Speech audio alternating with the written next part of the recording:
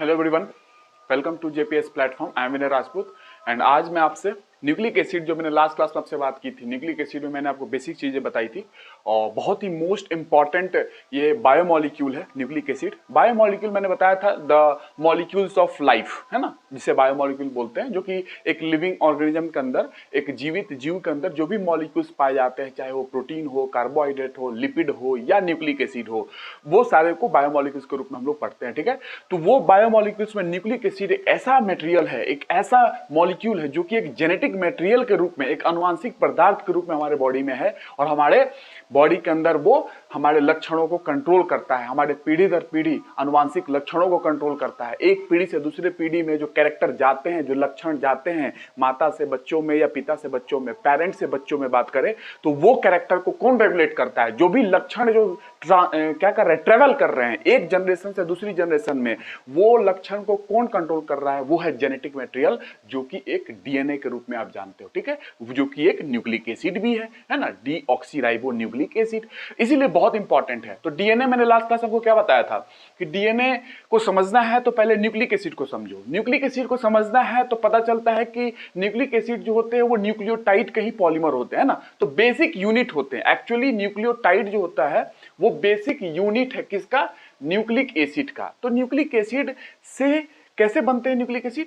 Nucleotide से ही बनते हैं न्यूक्लिक एसिड। जैसे कि हमारे कोशिका से हमारा पूरा शरीर बनता है, आप जानते हो कि cell is the basic unit of life, उसी तरीके से nucleotide is the basic unit of nucleic acid. ठीक है ना, उसी तरीके से जैसे कि नेफ्रॉन जो होता है, जो मैं आपको किडनी में पढ़ाऊंगा, किडनी में nephron is the basic structural and functional unit of kidney, है ना, बेसिक यूनिट है किडनी का नेफ्रॉन, जो मेन पार्ट है किडनी का। उसी तरीके से न्यूक्लिक एसिड का मेन पार्ट क्या है? न्यूक्लियोटाइड। हमारे शरीर का बेसिक यूनिट क्या है? सेल, है ना। तो मैंने बताया भी था कि cell is the basic unit of life, उसी तरीके से nucleotide is the basic unit of nucleic acid. तो ये मैंने आपको बताया था लास्ट क्लास में। थोड़ी सी कुछ प्रॉब्लम आ गई थी तो इसलिए लेक्चर पूरा नहीं मैं कंप्लीट कर पाया था। तो आज मैं कोशिश करूंगा डीएनए कंप्लीट कर दूं, उसके बाद आरएनए पढ़ेंगे। आरएनए में बेसिक चीज आपको जाननी है। अगर आज आपने डीएनए को समझ लिया तो इसमें बस एक बदलाव करना होगा और पूरी की पूरी आरएनए में वही कहानी चलेगी। जो भी है एक बदलाव करना पड़ेगा, मैं आपको दिखा दूंगा और आरएनए की वही कहानी चलेगी। तो इसलिए ज्यादा टेंशन नहीं लेना, डीएनए को थोड़ा बहुत समझ लो जितनी रिक्वायर्ड है।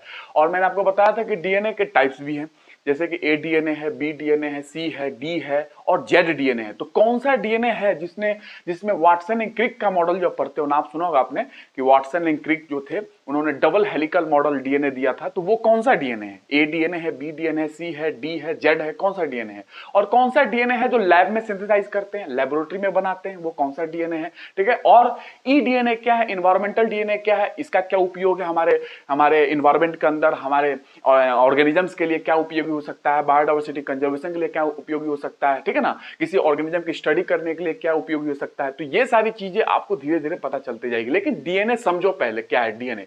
तो मैंने लास्ट क्लास में आपको क्या बताया था? लास्ट क्लास में मैंने आपको बताया था कि देखिए डीएनए समझना है तो न्यूक्लियोटाइड का समझना पड़ेगा, जाहिर सी बात है, क्योंकि डीएनए क्या है? Nucleic acid. तो न्यूक्लिक एसिड को समझो, मेनली न्यूक्लिक एसिड को समझो, उससे आप समझ जाओगे कि डीएनए आरएनए क्या है।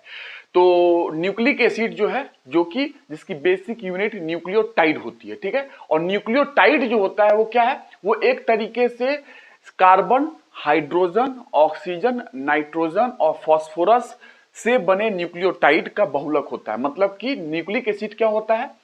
कार्बन, हाइड्रोजन, ऑक्सीजन, नाइट्रोजन और फास्फोरस से बने न्यूक्लियोटाइड। न्यूक्लियोटाइड इन्हीं से बनेगा और न्यूक्लियोटाइड का ही ये बहुलक है न्यूक्लिक एसिड। तो न्यूक्लियोटाइड, बहुत सारे न्यूक्लियोटाइड जुड़ेंगे तो वो न्यूक्लिक एसिड बनाएंगे। इसलिए मैंने आपको बताया था कि जो न्यूक्लिक एसिड होती है वो पॉलीमर होता है न्यूक्लियोटाइड्स का, न्यूक्लियोटाइड्स का पॉलीमर होता है। इसीलिए आप बोल सकते हो कि न्यूक्लियोटाइड को एक परिभाषा के रूप में तो carbon, hydrogen, oxygen, nitrogen, phosphorus से बने न्यूक्लियोटाइड का पॉलीमर होता है न्यूक्लिक एसिड। ठीक है, ये मैंने आपको बताया था, ये डेफिनेशन के रूप में मैंने बताया भी था आपको।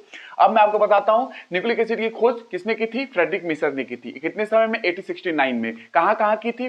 पस कोशिका में की थी। पस जो मवाद कोशिका होती है, जो कि डेड WBC होती है, उसको पस बोलते हैं। और दूसरा स्पर्म, किसके स्पर्म? साल्मन मछली के स्पर्म में उन्होंने खोजा था। ठीक है, फ्रेडरिक मिशन की बात है। और लेकिन उन्होंने नाम जो दिया था न्यूक्लिन नाम दिया था, क्योंकि उनको केमिकल कंपोजिशन के बारे में पता नहीं था, तो न्यूक्लिन नाम दिया। न्यूक्लिन के बाद उसके बाद आगे चल के जो अम्लीय गुण का पता लगाया एसिडिक जो कैरेक्टरिस्टिक्स है न्यूक्लिक एसिड की उसको पता लगाया। किसने पता लगाया? अल्टमैन ने पता लगाया। तो अल्टमैन ने उसे न्यूक्लिन से नाम बदल के न्यूक्लिक एसिड रखा। न्यूक्लिक एसिड नाभिकीय अम्ल जो आप जानते हो, ठीक है। ये बेसिक कहानी थी। उसके बाद मैंने बताया था कि एक न्यूक्लिक एसिड के लिए टेस्ट भी होती है। जैसे आपको मैंने बताया था कि आयोडीन टेस्ट होती है, किसके लिए? स्टार्च के लिए। आयोडीन टेस्ट होती है ग्लाइकोजन के लिए, मैंने आपको बताया। उसी तरीके से एक टेस्ट होती है फ्यूजन टेस्ट। फ्यूजन टेस्ट ये आपको ध्यान रखना है, कभी भी क्वेश्चन आ सकता है, ठीक है ना। फ्यूजन्स टेस्ट ये टेस्ट होती है स्टेनिंग करना, कलर करना हो अगर डीएनए को तो उसके लिए फ्यूजन्स टेस्ट यूज करते हैं। तो फ्यूजन एक साइंटिस्ट थे जिन्होंने एक स्पेसिफिक स्टेनिंग टेक्निक को, स्टेनिंग मतलब कि कलर करने की टेक्निक को खोजा और डीएनए के लिए, डीएनए एक्चुअली डीएनए के लिए, तो उसमें हम लोग फ्यूजन टेस्ट यूज करते हैं, ठीक है। जैसे आयोडीन टेस्ट होता है तो ये डीएनए के लिए होती है, डीएनए की स्टेनिंग के लिए, आपको ध्यान रखना है। और ये जो टेस्ट होता है ये पॉजिटिव आता है डीएनए के लिए। डीएनए के लिए ये टेस्ट क्या आता है? पॉजिटिव आता है। अरे जैसे कि आरटीपीसीआर पॉजिटिव हो गया तो कोरोना हो गया, ऐसा मानते हो ना, तुमने सुना होगा आरटीपीसीआर पॉजिटिव आ गया तो कोरोना है। उसी तरीके से डीएनए टेस्ट में ये पॉजिटिव आता है। ये जो टेस्ट है फ्यूजन टेस्ट डीएनए के लिए क्या आता है? पॉजिटिव आता है। तो ये डीएनए के लिए है, ये आपको ध्यान रखना है। और उसके बाद हम लोग ध्यान रखेंगे इसमें कौन सा रिएजेंट यूज करते हैं, कौन सा स्टेन यूज करते हैं, आपको नहीं पढ़ना है, बट सिर्फ रिएजेंट है वो इसके में यूज किया जाता है फ्यूजन टेस्ट में, ठीक है ना। कोई तो स्टेनिंग यूज करोगे ना, कोई तो स्टेन यूज करोगे ना, है ना, रिएजेंट यूज करोगे ना, कोई कलर यूज करोगे ना, तो उसकी बात कर रहा हूं, बट वो आपसे नहीं पूछा जाएगा। बस फ्यूजन टेस्ट याद करना, याद रखना, डीएनए के लिए यूज की जाती है, स्टेनिंग करने के लिए, कलर करने के लिए डीएनए को, ठीक है ना। अब मैं आपको बताता हूं, लास्ट क्लास में आपको क्या बताया था, न्यूक्लियोटाइड। न्यूक्लियोटाइड मैंने समझाया था, न्यूक्लियोटाइड ये क्या है? न्यूक्लियोटाइड मैंने आपको बार बार बताया है, न्यूक्लियोटाइड समझ जाओगे तो न्यूक्लिक एसिड समझ जाओगे।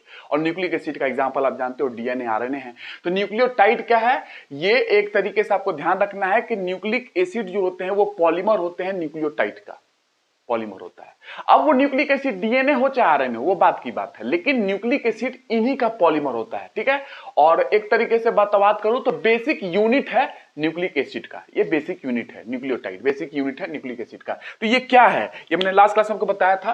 तो ये देखो थोड़ा सा, जो लोग नए हैं उनके लिए ये किसमें क्या है कि इसका हाइड्रोलिसिस कराओ, इसका हाइड्रोलिसिस कराओ। एक जनरल मैं न्यूक्लियोटाइड डिफाइन कर रहा हूं, जनरल कि न्यूक्लिक एसिड में अगर देखो न्यूक्लियोटाइड को देख रहे हो तो इसमें क्या क्या होगा, उसमें डीएनए में क्या होगा, आरएनए में क्या होगा, मैं बताता जाऊंगा। बट ये जनरल समझ लो कि ये जनरल न्यूक्लियोटाइड में ये चीज आते हैं। हाइड्रोलिसिस कराया, जल अपघटन कराया, पानी डाला और तोड़ा इसको न्यूक्लियोटाइड को, तो क्या मिला इसके अंदर में? इसके अंदर में हमको मिला क्या कहते हैं, न्यूक्लियोसाइड,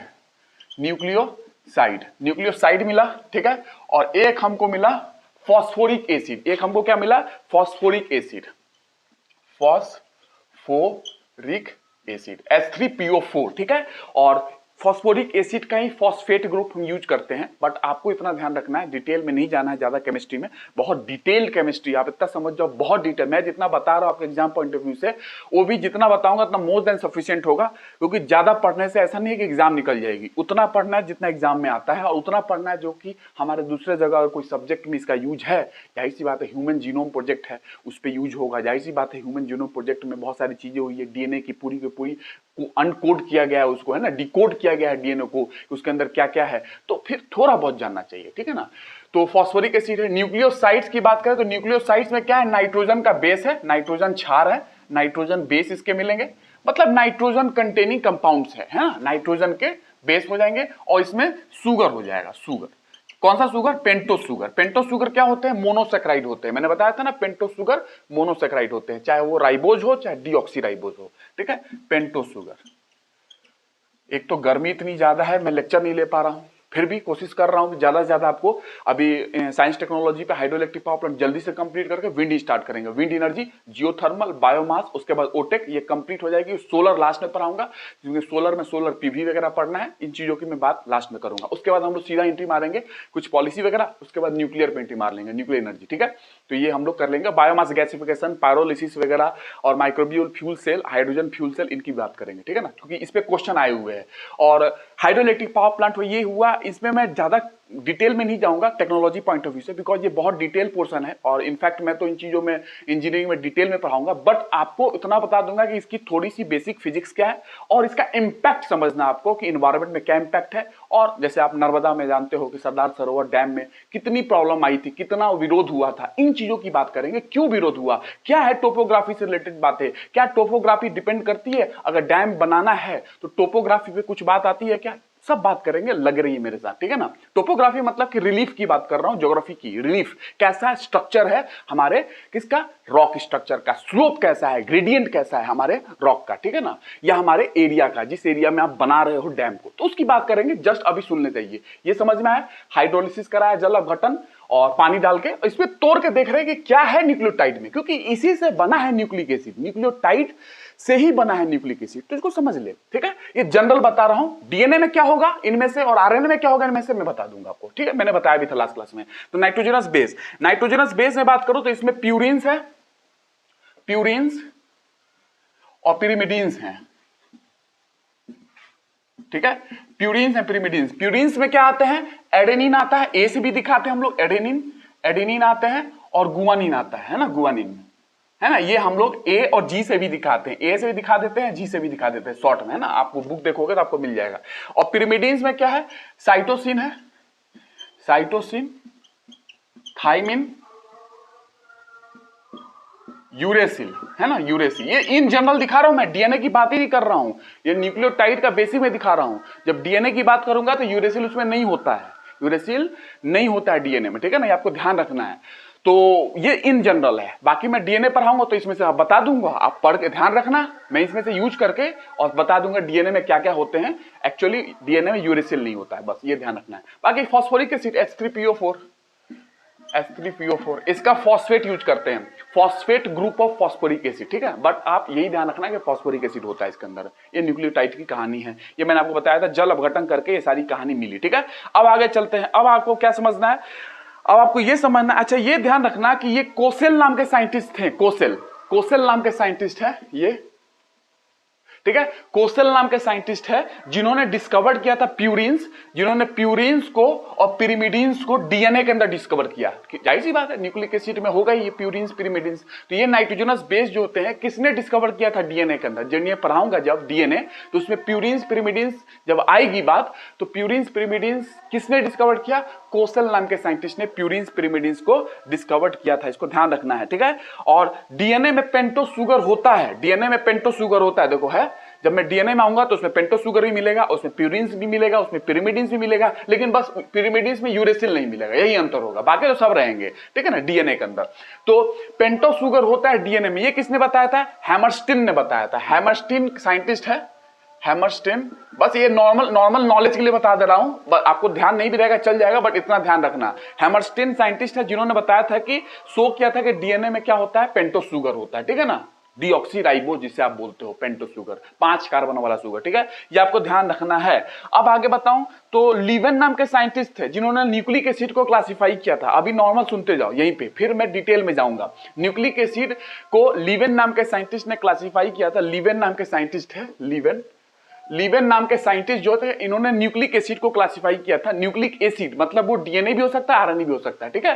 तो न्यूक्लिक एसिड को क्लासिफाई किया था on the basis of sugar, sugar के आधार पे, यही शुगर के आधार पे कौन से ऐसे साइंटिस्ट हैं जिन्होंने न्यूक्लिक एसिड को क्लासिफाई किया, क्वेश्चन आएगा, शुगर के आधार पे कौन से ऐसे साइंटिस्ट है जिन्होंने न्यूक्लिक एसिड को क्लासिफाई किया, वर्गीकृत किया, वो लीवेन है। क्या है, किस फॉर्म में, इन्होंने कार्बन के आधार पे बताया था, 5 कार्बन शुगर के आधार पे, 5 कार्बन का अगर शुगर है, 5 कार्बन शुगर है, उसके आधार पे बताया था, इसको पेंटोस शुगर भी बोलते हैं, मैंने लिखा भी है पेंटोस शुगर, ठीक है ना, पेंटोस शुगर, इसके आधार पर उन्होंने न्यूक्लिक एसिड को बताया था, क्लासिफाई किया था। क्या किया था उन्होंने बताया था, एक होता है डीऑक्सीराइबोज, डीऑक्सीराइबोज शुगर होते हैं, डीऑक्सीराइबोज शुगर होता है पेंटोज में, और एक होता है राइबोज शुगर, तो 2 शुगर है, दोनों के दोनों क्या है, पेंटोस शुगर है, दोनों के दोनों 5 कार्बन का शुगर है, दोनों के दोनों पेंटोस शुगर के नाम से जाने जाते हैं, 5 कार्बन मतलब पेंटोस। तो डीऑक्सीराइबोज शुगर से बनने वाला जो न्यूक्लिक एसिड होगा वो डीएनए होगा, और राइबोज शुगर से बनने वाला जो न्यूक्लिक एसिड होगा आरएनए होगा। ये किसने बताया था, लीवेन नाम के साइंटिस्ट है। जस्ट एक मैं नॉर्मल बता रहा हूं हिस्ट्री में क्या हुई थी, अभी मैं इसकी न्यूक्लियोटाइड की कहानी बताने वाला हूं, ये इतना जान कर रखो, ये मैं बताना भी नहीं चाहता हूं कि इसमें क्या है कैसा है, बस इतना जान कर रखो ऐसा है, बाकी डीएनए आरएनए की तो बात करनी है अपने को। ठीक है। उसके बाद ये बताऊं आपको कि उसके बाद डीएनए की बात करें तो डीएनए का एक ऐसा साइंटिस्ट है, बीडल नाम के साइंटिस्ट है, बीडल नाम के साइंटिस्ट है, BEADLE, बीडल। ये सब नॉर्मल आपको जीके टाइप का बता दे रहा हूं, है ना, क्योंकि मैं जब कॉन्सेप्ट समझाऊंगा तो फिर छूट जाएगी सारी चीजें। तो कॉन्सेप्ट मेन पार्ट है, बट जीके पूछ सकती है, तो जीके टाइप की क्वेश्चन है। Beadle defined DNA as coil of life. इन्होंने ही डिफाइन किया था डीएनए को, क्या है, कॉइल है, थ्रेड है, कॉइल ऑफ लाइफ, धागा है, जीवन की धागा है डीएनए। तो डीएनए को इन्होंने क्या बताया था, कॉइल ऑफ लाइफ बताया था, थ्रेड ऑफ लाइफ बताया था, ठीक है। तो कॉइल ऑफ लाइफ या थ्रेड ऑफ लाइफ डीएनए होता है, किसने बताया था, बीडल ने, ठीक है। ये नॉर्मल जीके टाइप के बता दे रहा हूं, ठीक है ना, ये आपको ध्यान रखना है। इतना हो गया, इतना ध्यान रखना, बस इतना ध्यान रखोगे आपका काम हो जाएगा, ठीक है। ये आपको ध्यान रखना है। और साइटोप्लाज्म में भी डीएनए होता है, साइटोप्लाज्मिक डीएनए आप जानते हो, है ना। साइटोप्लाज्म जैसे प्रोकैरियोटिक कोशिका मैंने बताया था, प्रोकैरियोटिक कोशिका में एक्स्ट्रा क्रोमोसोमल डीएनए होता है। एक तो डीएनए होता ही है जो क्रोमोसोम के फॉर्म में होते हैं प्रोकैरियोट में, लेकिन वो न्यूक्लियोइड के नाम से जाने जाते हैं, क्योंकि न्यूक्लियर मेम्ब्रेन डेवलप नहीं है ना, प्रोकैरियोट्स में न्यूक्लियर मेम्ब्रेन डेवलप नहीं होती है, तो वो न्यूक्लियोइड के नाम से जाने जाते हैं, जीनोफोर के नाम से जाने जाते हैं। मैंने बताया भी था लास्ट पिछले क्लासेस में, जो देखेंगे उनको सब पता है। तो न्यूक्लियोइड के नाम से जाना जाता है, लेकिन वो जेनेटिक मटेरियल के अलावा कुछ एक्स्ट्रा क्रोमोसोमल, कुछ एक्स्ट्रा भी क्रोमोसोमल फ्रैगमेंट होते हैं, सेगमेंट होता है डीएनए का, उसको क्या बोलते हैं, साइटोप्लाज्मिक डीएनए, जो कि साइटोप्लाज्म में रहता है। वो लेडरबर्ग ने उसे प्लाज्मिड कहा था, लेडरबर्ग ने, ये ध्यान रखना, लेडरबर्ग ने उसे क्या कहा था, एक्स्ट्रा क्रोमोसोमल जो डीएनए होता है प्रोकैरियोटिक कोशिका में, एक्स्ट्रा क्रोमोसोमल मतलब कि एक्स्ट्रा है, कुछ एक्स्ट्रा है साइटोप्लाज्म में, कोशिका द्रव में, उसको लेडरबर्ग ने क्या कहा था, एक्स्ट्रा क्रोमोसोमल डीएनए को, साइटोप्लाज्मिक डीएनए को, एक्स्ट्रा क्रोमोसोमल डीएनए को किसमें, प्रोकैरियोटिक कोशिका में प्लाज्मिड कहा था। प्लाज्मिड बहुत यूज है, प्लाज्मिड का जेनेटिक इंजीनियरिंग में, ध्यान रखना बहुत, ये बायोटेक में पता चलेगा आपको इसका, बस इतना ध्यान रखना क्या कहा था। ये नॉर्मल मैंने जीके बता दिया, ये छूट जाता अगर मैं कॉन्सेप्ट बताने लगता ना आपको तो ये छूट जाता है, इसलिए मैंने आपको बता दिया कि नॉर्मल जीके ध्यान रखो किसने क्या क्या कहा, ठीक है। प्लाज्मिड किसने बोला, लेडरबर्ग ने। बहुत लोगों को पता होगा कि प्लाज्मिड का जेनेटिक इंजीनियरिंग में कितना यूज है। प्लाज्मिड ना होता तो आज इंसुलिन नहीं बन पाती, जो ह्यूमुलिन के नाम से जानी जाती है, इंसुलिन, है ना, जो ह्यूमुलिन बायोटेक्नोलॉजी से जो बनाते हैं उसे ह्यूमुलिन बोलते हैं। तो बहुत सारी सी टेक्निक है जो प्लाज्मिड के माध्यम से यूज किया जाता है। बैक्टीरिया के अंदर प्रोकैरियोटिक कोशिका में प्लाज्मिड होते हैं, जिससे बैक्टीरिया हो गया और हम लोग यूज करते हैं। तो किसने वर्ड दिया था, Lederberg. Extra chromosomal DNA fragments होते हैं, डीएनए सेगमेंट होता है, गोले गोले छल्ले होते हैं डीएनए के, क्या कहते हैं, साइटोप्लाज्म में, मेन जेनेटिक मटेरियल के अलावा, ठीक है ना। प्रोकैरियोटिक कोशिका में मेन जेनेटिक मटेरियल के अलावा ये डीएनए के गोल गोल से छल्ले होते हैं, एक्स्ट्रा क्रोमोसोमल डीएनए सेगमेंट बोल रहा हूं इसे, एक्स्ट्रा कुछ अलग है, कुछ एक्स्ट्रा है, तो गोल गोल से छल्ले टाइप के होते हैं ये प्लाज्मिड। मैंने बताया भी था, आपको समझा दिया है सब कुछ, है ना। कब, कोशिका जब मैंने आपको समझाया था, कोशिका जब समझाया था तो उस समय मैंने आपको पूरा समझा दिया, ये समझ में आ गया। ये एक्स्ट्रा मैंने बताया, ये सारी चीजें है एक्स्ट्रा, बाकी न्यूक्लियोटाइड की कहानी आप समझ चुके हो, है? ये बेसिक इन जनरल पूरी कहानी है। अब आते हैं स्पेसिफिक पढ़ने, डीएनए आरएनए। क्योंकि न्यूक्लिक एसिड क्या है, दो, डीएनए और आरएनए।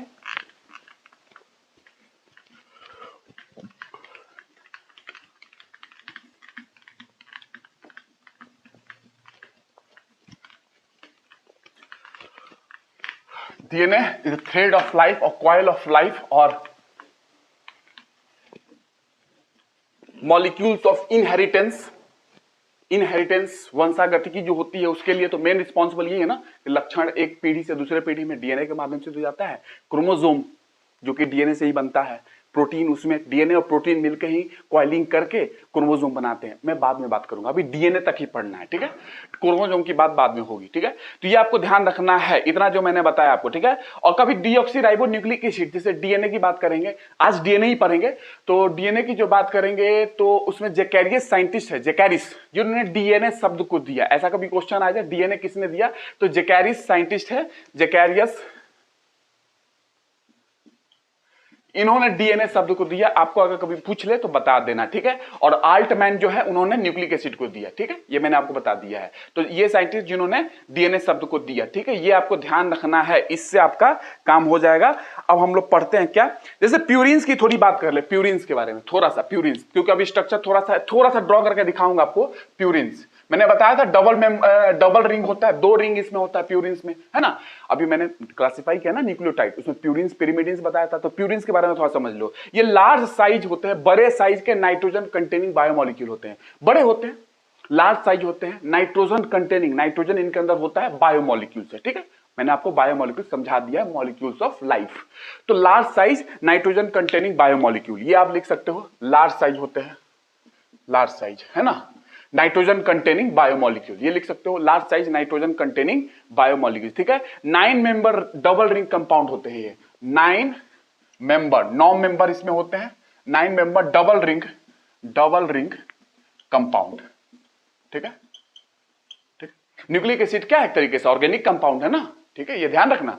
तो ये आपको ध्यान रखना है, ये आपको ध्यान रखना है जो मैं आपको बताते जा रहा हूं, ठीक है। 9 member double ring compound, large size होता है इनका, बायोमोलिक्यूल्स जो नाइट्रोजन कंटेन करते हैं, ठीक है, ये आपको इतना ध्यान रखना है। और प्यूरिन्स जो है दोनों डीएनए आरएनए दोनों में प्रेजेंट होता है, डीएनए में भी होगा एंड आरएनए में, दोनों में प्रेजेंट होगा, ठीक है, ये मैंने आपको बता दिया है, डीएनए आरएनए दोनों में प्रेजेंट होगा। अरे जैसे एडेनिन गुआनिन होता है ना प्यूरिन्स में, वो दोनों में होते हैं, डीएनए आरएनए दोनों में, अभी डिफरेंस क्रिएट कर दिया मैंने, ठीक है। तो एडेनिन और उसमें दोनों में होता है, ये आपको ध्यान रखना है, ठीक है। अब एडेनिन की बात करें तो एडेनिन वगैरह में आपको ज्यादा डिटेल में नहीं जाना है कि एडेनिन में क्या है, लेकिन मैंने बताया ना कि लार्ज साइज होते हैं प्यूरिन्स, जैसे एडेनिन है इसका एग्जांपल। तो एडेनिन का जो फॉर्मूला होता है C5H5N5 होता है, एडेनिन का जो फॉर्मूला होता है C5H5N5, ठीक है। तो नाइट्रोजन आ रहा है ना उसके अंदर में, इसलिए तो मैंने बताया ना large size nitrogen containing biomolecules, ये आपको ध्यान रखना है। मॉलिक्यूलर वेट ज्यादा होता है, लार्ज साइज है, मॉलिक्यूलर वेट भी ज्यादा होता है इसका, 135 के आसपास होता है, 135 के आसपास होता है इसका मॉलिक्यूलर वेट, ठीक है, 135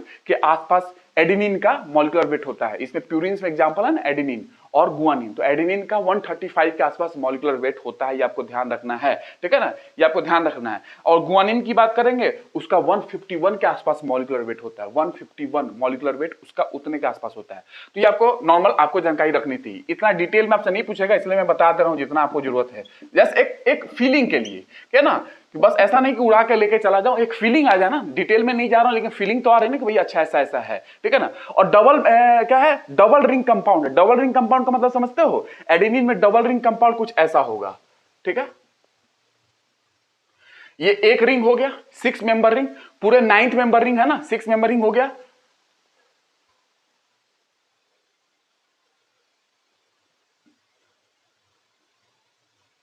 कितना हो गया, 1 2 3 4 5 6 7 8 9, 9 बोला था ना, 9 मेंबर। तो ये 5, ये पेंटा, ये 6 है इधर, ठीक है। तो आपको ध्यान रखना है 1 2 3 4 5 6 7 8 9, 9 मेंबर रिंग मैंने बता दिया, ठीक है। अब यहाँ पे इसकी स्ट्रक्चर पे ना जाओ, बस यहाँ पे NH2 होता है, मैं स्ट्रक्चर पे नहीं जा रहा हूं, बस इतना पे समझा दूंगा। यहाँ NH2 होता है, ठीक है, NH2, यहाँ पे नाइट्रोजन होगा, यहाँ पे हाइड्रोजन होगा, ठीक है। और यहाँ पे जैसे कि यहाँ कार्बन है ना, जहां मैंने नहीं दिखाया वो सब कार्बन है, कार्बन कार्बन। तो ये स्ट्रक्चर पे नहीं जाते हैं, ठीक है, स्ट्रक्चर आपको जानना नहीं है, ठीक है ना, बस इतना है कि डबल रिंग है, 2 रिंग है ना इसमें, बस इतना समझ लो। ये एडेनिन है, ये एडेनिन का फॉर्मूला मान लो एडेनिन है, ठीक है ना, एडेनिन, ठीक है। एडेनिन का फॉर्मूला ये है, आपको ध्यान रखना है, इस टाइप से आपको थोड़ा बहुत ध्यान रखोगे तो सही रहेगा। इसमें बॉन्ड, इसमें वो भी होगा, डबल रिंग में क्या होता है आपको ध्यान रखना चाहिए, आपको डबल रिंग में इसमें वो भी होता है, ये भी होगा, ये भी होगा, ये भी होगा, समझ रहे हो ना। तो वो आपको इतना डिटेल में नहीं पढ़ना है, ठीक है। यहाँ पे भी एक बॉन्ड होगी, ठीक है, तो वो नहीं चाहिए, बस इतना डबल मेंबर रिंग है। तो ये प्यूरिन्स के बारे में हो गया, जैसे कि प्यूरिन, गुआनिन का, गुआनिन भी ऐसा ही होगा, गुआनिन भी ऐसा ही होगा, ठीक है ना, गुआनिन में भी ऐसा ही है एकदम, और कुछ नहीं है गुआनिन में भी। तो ये एडेनिन हो गया और गुआनिन भी ऐसा ही है, ठीक है। देखो जैसे कि ये हो गया 1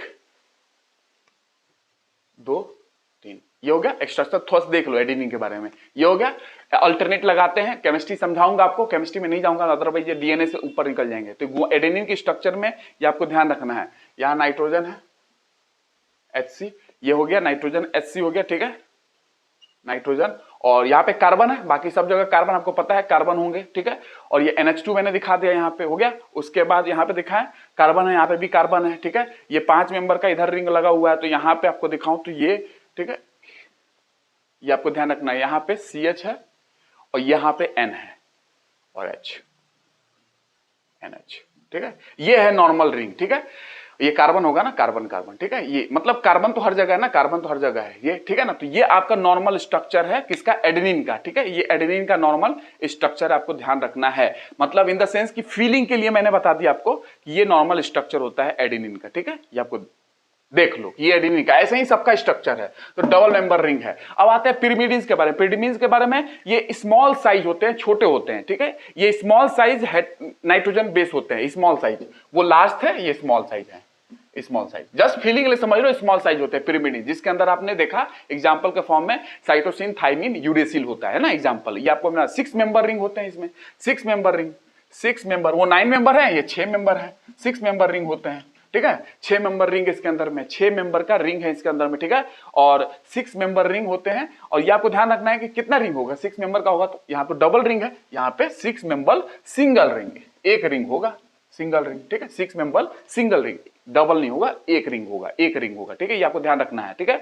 और बस इससे आपको ज्यादा कुछ नहीं जानना है। और साइटोसिन, थाइमिन, यूरेसिल इसका एग्जांपल है, ठीक है। साइटोसिन, थाइमिन, यूरेसिल इसका एग्जांपल है। जैसे कि साइटोसिन का मॉलिक्यूलर वेट होता है साइटोसिन का 111 के आसपास, 111 के आसपास इसका मॉलिक्यूलर वेट होता है साइटोसिन का, ठीक है। ये आपको मतलब इतना ध्यान रखना है कि साइटोसिन का 111 के आसपास होता है। और प्यूरिन्स तो डीएनए आरएनए दोनों में होता है। साइटोसिन कहां होता है, डीएनए आरएनए, ये भी दोनों में होता है। साइटोसिन भी आपको अगर बात करूं यहीं पे देख लो कौन कहां कहां है, बाद में मत बोलना कि डीएनए में कौन होता है, आरएनए में कौन होता है। साइटोसिन डीएनए आरएनए दोनों में प्रेजेंट होगा, ठीक है। प्यूरिन्स दोनों, एडेनिन गुआनिन दोनों के दोनों डीएनए आरएनए में होते हैं, दोनों के दोनों डीएनए आरएनए में होते हैं एडेनिन गुआनिन। साइटोसिन हो गया। थाइमिन की बात करोगे तो थाइमिन सिर्फ और सिर्फ, दूसरा थाइमिन है, थाइमिन सिर्फ और सिर्फ डीएनए में होता है, सिर्फ डीएनए में। थाइमिन सिर्फ डीएनए, आरएनए में नहीं होता, ध्यान रखना है। थाइमिन आरएनए में नहीं होता, ठीक है, डीएनए में होता है, ठीक है। और थाइमिन के बारे में बात करें तो इसका मॉलिक्यूलर वेट लगभग 126 के आसपास होता है, 126 के आसपास इसकी मॉलिक्यूलर वेट होती है, ठीक है, थाइमिन। और उसके बाद यूरेसिल की बात करें, यूरेसिल जस्ट बेसिक बता रहा हूं, ठीक है ना। पिरिमिडीन में तीनों एग्जांपल। यूरेसिल, यूरेसिल की बात करोगे तो ये सिर्फ आरएनए में होता है, बस हो गया, पता चल गया, सिर्फ आरएनए में होता है, ठीक है। तो ये आपको ध्यान रखना है। तो आरएनए में क्या होता है कि थाइमिन नहीं होता है, यहाँ पे यूरेसिल होता है। और डीएनए में क्या होता है, थाइमिन होता है, यूरेसिल नहीं होता है डीएनए में, बस ये अंतर है, ठीक है। बाकी मैंने सब कुछ बता दिया आपको, ठीक है। अब इसका केमिकल मॉलिक्यूलर वेट देखोगे, यूरेसिल का 112 के आसपास इसका भी है, 112 के आसपास इसका भी है। थाइमिन का 126 के आसपास है, थाइमिन का 126 के आसपास है, इसका 112 के आसपास मॉलिक्यूलर वेट है, आणविक भार जो होता है ना वो, ठीक है, 112 के आसपास है। जैसे कि यूरेसिल की बात करोगे तो 5 फ्लोरो यूरेसिल, 5 फ्लोरो यूरेसिल कहां यूज करते हैं, एक दवा में यूज करते हैं, एंटी कैंसर ड्रग। 5 फ्लोरो यूरेसिल, 5 फ्लोरो यूरेसिल एंटी कैंसर ड्रग में यूज करते हैं, कैंसर को प्रिवेंट करने के लिए एंटी कैंसरस ड्रग में यूज करते हैं, ठीक है। ये आपको ध्यान रखना है, ठीक है। और बस इतना, बाकी डिटेल में स्ट्रक्चर में नहीं जानना है कि मतलब क्या होगा और कैसा होगा, ऐसा कुछ नहीं जानना है आपको, ठीक है। जानना रहता तो मैं आपको बता देता, आपके एग्जाम में कभी पूछा नहीं गया है, ठीक है ना। बस इतना ही आपको जानना था, ठीक है। अब आगे चलते हैं, इतना ही आपको जानना था जो मैंने प्यूरिन्स पिरिमिडीन्स पढ़ाया, बस। फॉस्फोरिक एसिड H3PO4 और राइबोज डीऑक्सीराइबोज शुगर मैंने कल बता दिया है, तो तीनों हो गया, ठीक है। और सिंगल डबल मेंबर रिंग हो गया, एडेनिन हो गया double member ring, guanine double member ring होगा, और पिरिमिडीन्स सिंगल मेंबर के रिंग है, सिंगल एक मेंबर होगा रिंग में, मतलब कि एक रिंग होगा उसके अंदर, दो रिंग नहीं होंगे पिरिमिडीन्स में। प्यूरिन्स में दो रिंग होते हैं, जैसे मैंने एडेनिन का फॉर्मूला दिखाया आपको, है ना। तो अगर फॉर्मूला मैं बताने लगूं ना, आपसे कभी फॉर्मूला पूछा नहीं गया है, इनफैक्ट नीट में भी नहीं होता है, बट वहां पे थोड़ा बहुत बताना पड़ता है क्योंकि केमिस्ट्री उनको आती है, ठीक है ना। तो इसलिए वहां पे बायोलॉजी में हमको बताना पड़ता है, ठीक है। और नीट में केमिस्ट्री पॉइंट ऑफ व्यू से भी ये बात हो जाती है इनकी, ठीक है ना। तो अब हम लोग बात करते हैं न्यूक्लियोटाइड और न्यूक्लियोसाइड, ये हो गया। तो न्यूक्लियोसाइड की बात करें तो न्यूक्लियोसाइड कभी आपसे पूछे क्या है न्यूक्लियोसाइड, फिर से देख लो न्यूक्लियोसाइड क्या है, तो बता देना न्यूक्लियोसाइड में नाइट्रोजनस बेस होता है, नाइट्रोजन बेस है, ठीक है। और प्लस क्या है, प्लस क्या है, शुगर है, बस हो गया। ऐसे बता सकते हो नॉर्मल भाषा में, नाइट्रोजन बेस है और प्लस शुगर है। किसमें किसमें आपको ध्यान रखना है, किसमें ये है न्यूक्लियोसाइड, जो मैंने आपको बताया है ना, उसी में ऐसे ही बता सकते हो। पेंटो शुगर है, शुगर मतलब पेंटो शुगर, और ये, और उसी में अगर न्यूक्लियोटाइड की बात कर दिया तो मैंने क्लासिफिकेशन आपको दिखाया है, न्यूक्लियोटाइड में क्या नया जुड़ जाता है, ये तो रहते ही है, फॉस्फेट जुड़ जाता है। तो बस कुछ नहीं, यहां लिख सकते हो नाइट्रोजन बेस भी है, शुगर भी है, प्लस फॉस्फेट या फॉस्फोरिक एसिड, है ना, फॉस्फोरिक एसिड H3PO4, ठीक है। ये आपको ध्यान रखना, ये है न्यूक्लियोटाइड। सिंपल भाषा में बोल देता था, ऐसा सिंपल भाषा में दिखा सकता था, लेकिन मैंने आपको क्लासिफिकेशन करके दिखाया है, ठीक है। ये सिंपल भाषा में आप ऐसे समझ सकते हो, ठीक है। अब हम लोग चलते हैं, और कभी भी ध्यान रखना, डीएनए में थाइमिन होता है और आरएनए में यूरेसिल होता है, मैंने सब बता दिया आपको बेसिक, कभी भी कंफ्यूजन ना हो, इसीलिए मैंने प्यूरिन्स पिरिमिडीन्स को थोड़ा थोड़ा आपको बता दिया है, ठीक है। अब हम लोग चलते हैं कहां पे, अब हम लोग चलते हैं, न्यूक्लियोसाइड हो गया, न्यूक्लियोटाइड आपने समझ लिए, ठीक है। अब हम लोग चलते हैं न्यूक्लियोटाइड्स क्या होते हैं, मैंने आपको समझा दिया है सब कुछ अच्छे तरीके से। अब आपको समझना है क्या, अब आपको समझना है कुछ नहीं, अब आपको बस डीएनए में एंट्री मारता हूं और डीएनए में पर्टिकुलरली एंट्री करते हैं कि डीएनए अब क्या है। न्यूक्लिक एसिड के बारे में जितना आपको समझना था मैंने आपको समझा दिया, ठीक है ना। न्यूक्लिक एसिड का बेसिक यूनिट क्या होता है, न्यूक्लियोटाइड, जो मैंने आपको बता दिया, ठीक है। तो बेसिक यूनिट आपने समझ लिया न्यूक्लियोटाइड। न्यूक्लियोटाइड को आपने देख लिया आपने क्या क्या होता है न्यूक्लियोटाइड में, यही है बेसिक यूनिट न्यूक्लिक एसिड का, चाहे वो डीएनए हो चाहे आरएनए हो न्यूक्लिक एसिड। तो आप डीएनए स्टार्ट करते हैं, ठीक है। बेसिक आपने पूरा समझ लिया। डीएनए, डीएनए का फुल फॉर्म क्या है, डीऑक्सीराइबो न्यूक्लिक एसिड। क्यों डीऑक्सीराइबो, मैंने भी बताया है, लीवेन ने डीऑक्सीराइबो शुगर के आधार पे भी न्यूक्लिक एसिड को बांटा था। डीऑक्सीराइबोज है तो डीऑक्सीराइबो न्यूक्लिक एसिड, और राइबो है राइबो न्यूक्लिक एसिड हो जाएगा, ठीक है। अगर राइबोज शुगर है तो राइबो न्यूक्लिक एसिड हो जाएगा, डीऑक्सीराइबो शुगर है तो डीऑक्सीराइबो न्यूक्लिक एसिड हो जाएगा। तो शुगर के आधार पर लीवेन ने बांटा है, मैंने बता दिया। तो डीएनए में डीऑक्सीराइबो शुगर है, ठीक है, ये आपको ध्यान रखना है। अब शुगर मैंने लास्ट क्लास में ड्रॉ करके दे दिया था। अब आगे चलते हैं कि देखो रिएक्शन थोड़ा समझो, ठीक है।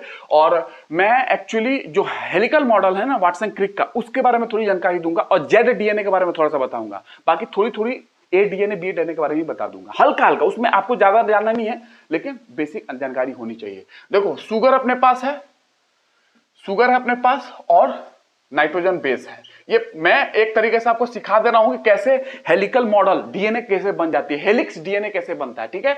लैडर नुमा डीएनए कैसे बनता है, लैडर सीरी नुमा डीएनए बनती है तब जाके हेलिक्स बनता है। पहले सीरी नुमा डीएनए बनता है, डीएनए जब बनना होगा ना तो सीरी नुमा बनेगा, सीरी नुमा लैडर नुमा, और तब जाके उसमें बॉन्डिंग होती है, तब जाके वो हेलिक्स में कन्वर्ट हो जाता है, कुंडलित हो जाता है, हेलिक्स में कन्वर्ट हो जाता है, ठीक है, स्पाइरल हो जाती है उसकी। तो sugar plus nitrogen base, sugar है नाइट्रोजन बेस मिला तो ये बना क्या, मैंने अभी बताया आपको, अभी बताया क्या बनेगा, ये क्या बनेगा, शुगर प्लस न्यूक्लियोसाइड, न्यूक्लियोसाइड बनेगा, ठीक है। लेकिन इसमें रिएक्शन थोड़ा सा बता दूं, तो जब कोई चीज जुड़ रहा है तो संघनन कॉम्पैक्टिंग हो रहा है, कॉम्पैक्शन हो रहा है, इनको है ना, कॉम्पैक्ट हो रहे हैं। तो क्या हो रहा है कि जब जुड़ रहा है, जैसे आपने देखा था एमिनो एसिड जुड़ते हैं तो पानी बाहर निकलता है, कंडेंसेशन रिएक्शन। तो यहां ये जुड़ रहा है तो पानी बाहर निकलेगा क्योंकि इनका कॉम्पैक्शन हो रहा है, ठीक है ना, कंडेंसेशन रिएक्शन है तो वाटर बाहर निकलेगा, ठीक है, ये आपको ध्यान रखना। जुड़ रहा है, न्यूक्लियोटाइड को तोड़ा मैंने, हाइड्रोलिसिस कराया था पानी दे के, लेकिन यहां पे जोड़ रहा हूं, शुगर नाइट्रोजनस बेस को जोड़ रहा हूं तो क्या हो रहा है, क्या हो रहा है, जोड़ रहा हूं, कंडेंसेशन रिएक्शन। कंडेंसेशन रिएक्शन में पानी बाहर निकलता है, और जब तोड़ना होगा तो पानी दे दो, जब जोड़ना होगा तो पानी निकाल लो, ठीक है। तो न्यूक्लियोसाइड बन गया। अब न्यूक्लियोसाइड बन चुका है, अब क्या करना है इसमें से, अब इसको कुछ नहीं करना, अब इसमें आप एंट्री मारो न्यूक्लियोसाइड के बाद, देखते हैं ना न्यूक्लियोसाइड में आप क्या करना है, फॉस्फोरिक एसिड जोड़ लो, मैंने अभी दिखाया था, H3PO4 जोड़ लो तो क्या बनेगा, ये और ये जुड़ गया तो क्या बनेगा, जल्दी बताओ, फॉस्फोरिक एसिड। यानी कि न्यूक्लियोसाइड में अगर फॉस्फोरिक एसिड जुड़ गया तो क्लासिफिकेशन में मैंने क्या दिखाया था, न्यूक्लियोसाइड और फॉस्फोरिक एसिड जुड़ गया तो न्यूक्लियोटाइड बनता है, ठीक है ना, तो न्यूक्लियोटाइड। अभी मैंने नॉर्मल भी बता दिया था, प्लस करके भी दिखाया था इक्वेशन फॉर्म में, तो न्यूक्लियोटाइड बन गया। इसमें क्या होगा, फॉस्फोरिक एसिड आपने डाल दिया, फॉस्फोरिक एसिड डाल दिया, लेकिन जाहिर सी बात है पानी निकलेगा बाहर, वाटर बाहर निकला, एक मॉलिक्यूल वाटर का बाहर निकलेगा, ठीक है। और ये न्यूक्लियोटाइड है, ये मोनो न्यूक्लियोटाइड है, एक मोनो न्यूक्लियोटाइड है, मोनो मतलब सिंगल होता है, एक, है ना, तो मोनो न्यूक्लियोटाइड हो गया। अब क्या करना है इसमें से कि अब आपको ध्यान रखना है, जैसे यहां पे बॉन्डिंग भी समझ लो, कौन सा बॉन्ड होगा, यहां पे जब बॉन्ड होगा, शुगर जब इससे जुड़ेगा तो जो बॉन्ड होगा, डिटेल स्ट्रक्चर में नहीं जा रहा हूं, एक्चुअली अगर किसी को पता होगा जो बायोलॉजी फील्ड के होंगे, शुगर का पहला कार्बन नाइट्रोजन बेस जो यहां पे जुड़ेगा एडेनिन, उसके 9th कार्बन से जुड़ता है, 9th नाइट्रोजन, जो नाइट्रोजन होता है 9th नंबर का नाइट्रोजन होता है, उससे जुड़ता है। शुगर का पहला कार्बन नाइट्रोजन बेस अगर एडेनिन है तो उसके 9वां नंबर, 9th नंबर नाइट्रोजन से जुड़ेगा वो, तब जाके एक बॉन्ड बनेगा। अगर शुगर से जुड़ रहा है तो कैसी, कौन सी बॉन्ड बनेगी, ग्लाइकोसिडिक बॉन्ड। तो यहाँ पे ग्लाइकोसिडिक बॉन्ड होता है, लेकिन वो आपको नहीं समझना है कि कितने कार्बन से जुड़ रहा है, इसलिए मैं नहीं बता रहा हूं, लेकिन जो बायोलॉजी फील्ड को समझ में आ गया होगा मैंने क्या बताया, ठीक है। Beta glycosidic bond, glycosidic bond, ठीक है। यहाँ पे बॉन्डिंग हुई, जुड़ा है तो बॉन्डिंग होगा ना, बॉन्डिंग हुई और पानी बाहर निकला, न्यूक्लियोसाइड से न्यूक्लियोटाइड बना, तो यहाँ पे कैसी बॉन्ड होगी, फॉस्फोमोनोएस्टर बॉन्ड, फॉस्फोमोनोएस्टर बॉन्ड, फॉस्फोमोनोएस्टर, मोनो मतलब सिंगल, अभी एक न्यूक्लियोटाइड बना ना, मोनोएस्टर बॉन्ड, इसीलिए, ठीक है, फॉस्फोमोनोएस्टर बॉन्ड बना, ठीक है, ये आपको ध्यान रखना है। और उसके बाद अगर मोनोन्यूक्लियोटाइड ये बना जो है, इससे अगर पॉलीन्यूक्लियोटाइड बनाना है, एक न्यूक्लियोटाइड में क्या होगा, आपने पता किया एक न्यूक्लियोटाइड में शुगर होगा, फॉस्फोरिक एसिड होगा, नाइट्रोजन बेस होगा, ये एक न्यूक्लियोटाइड है।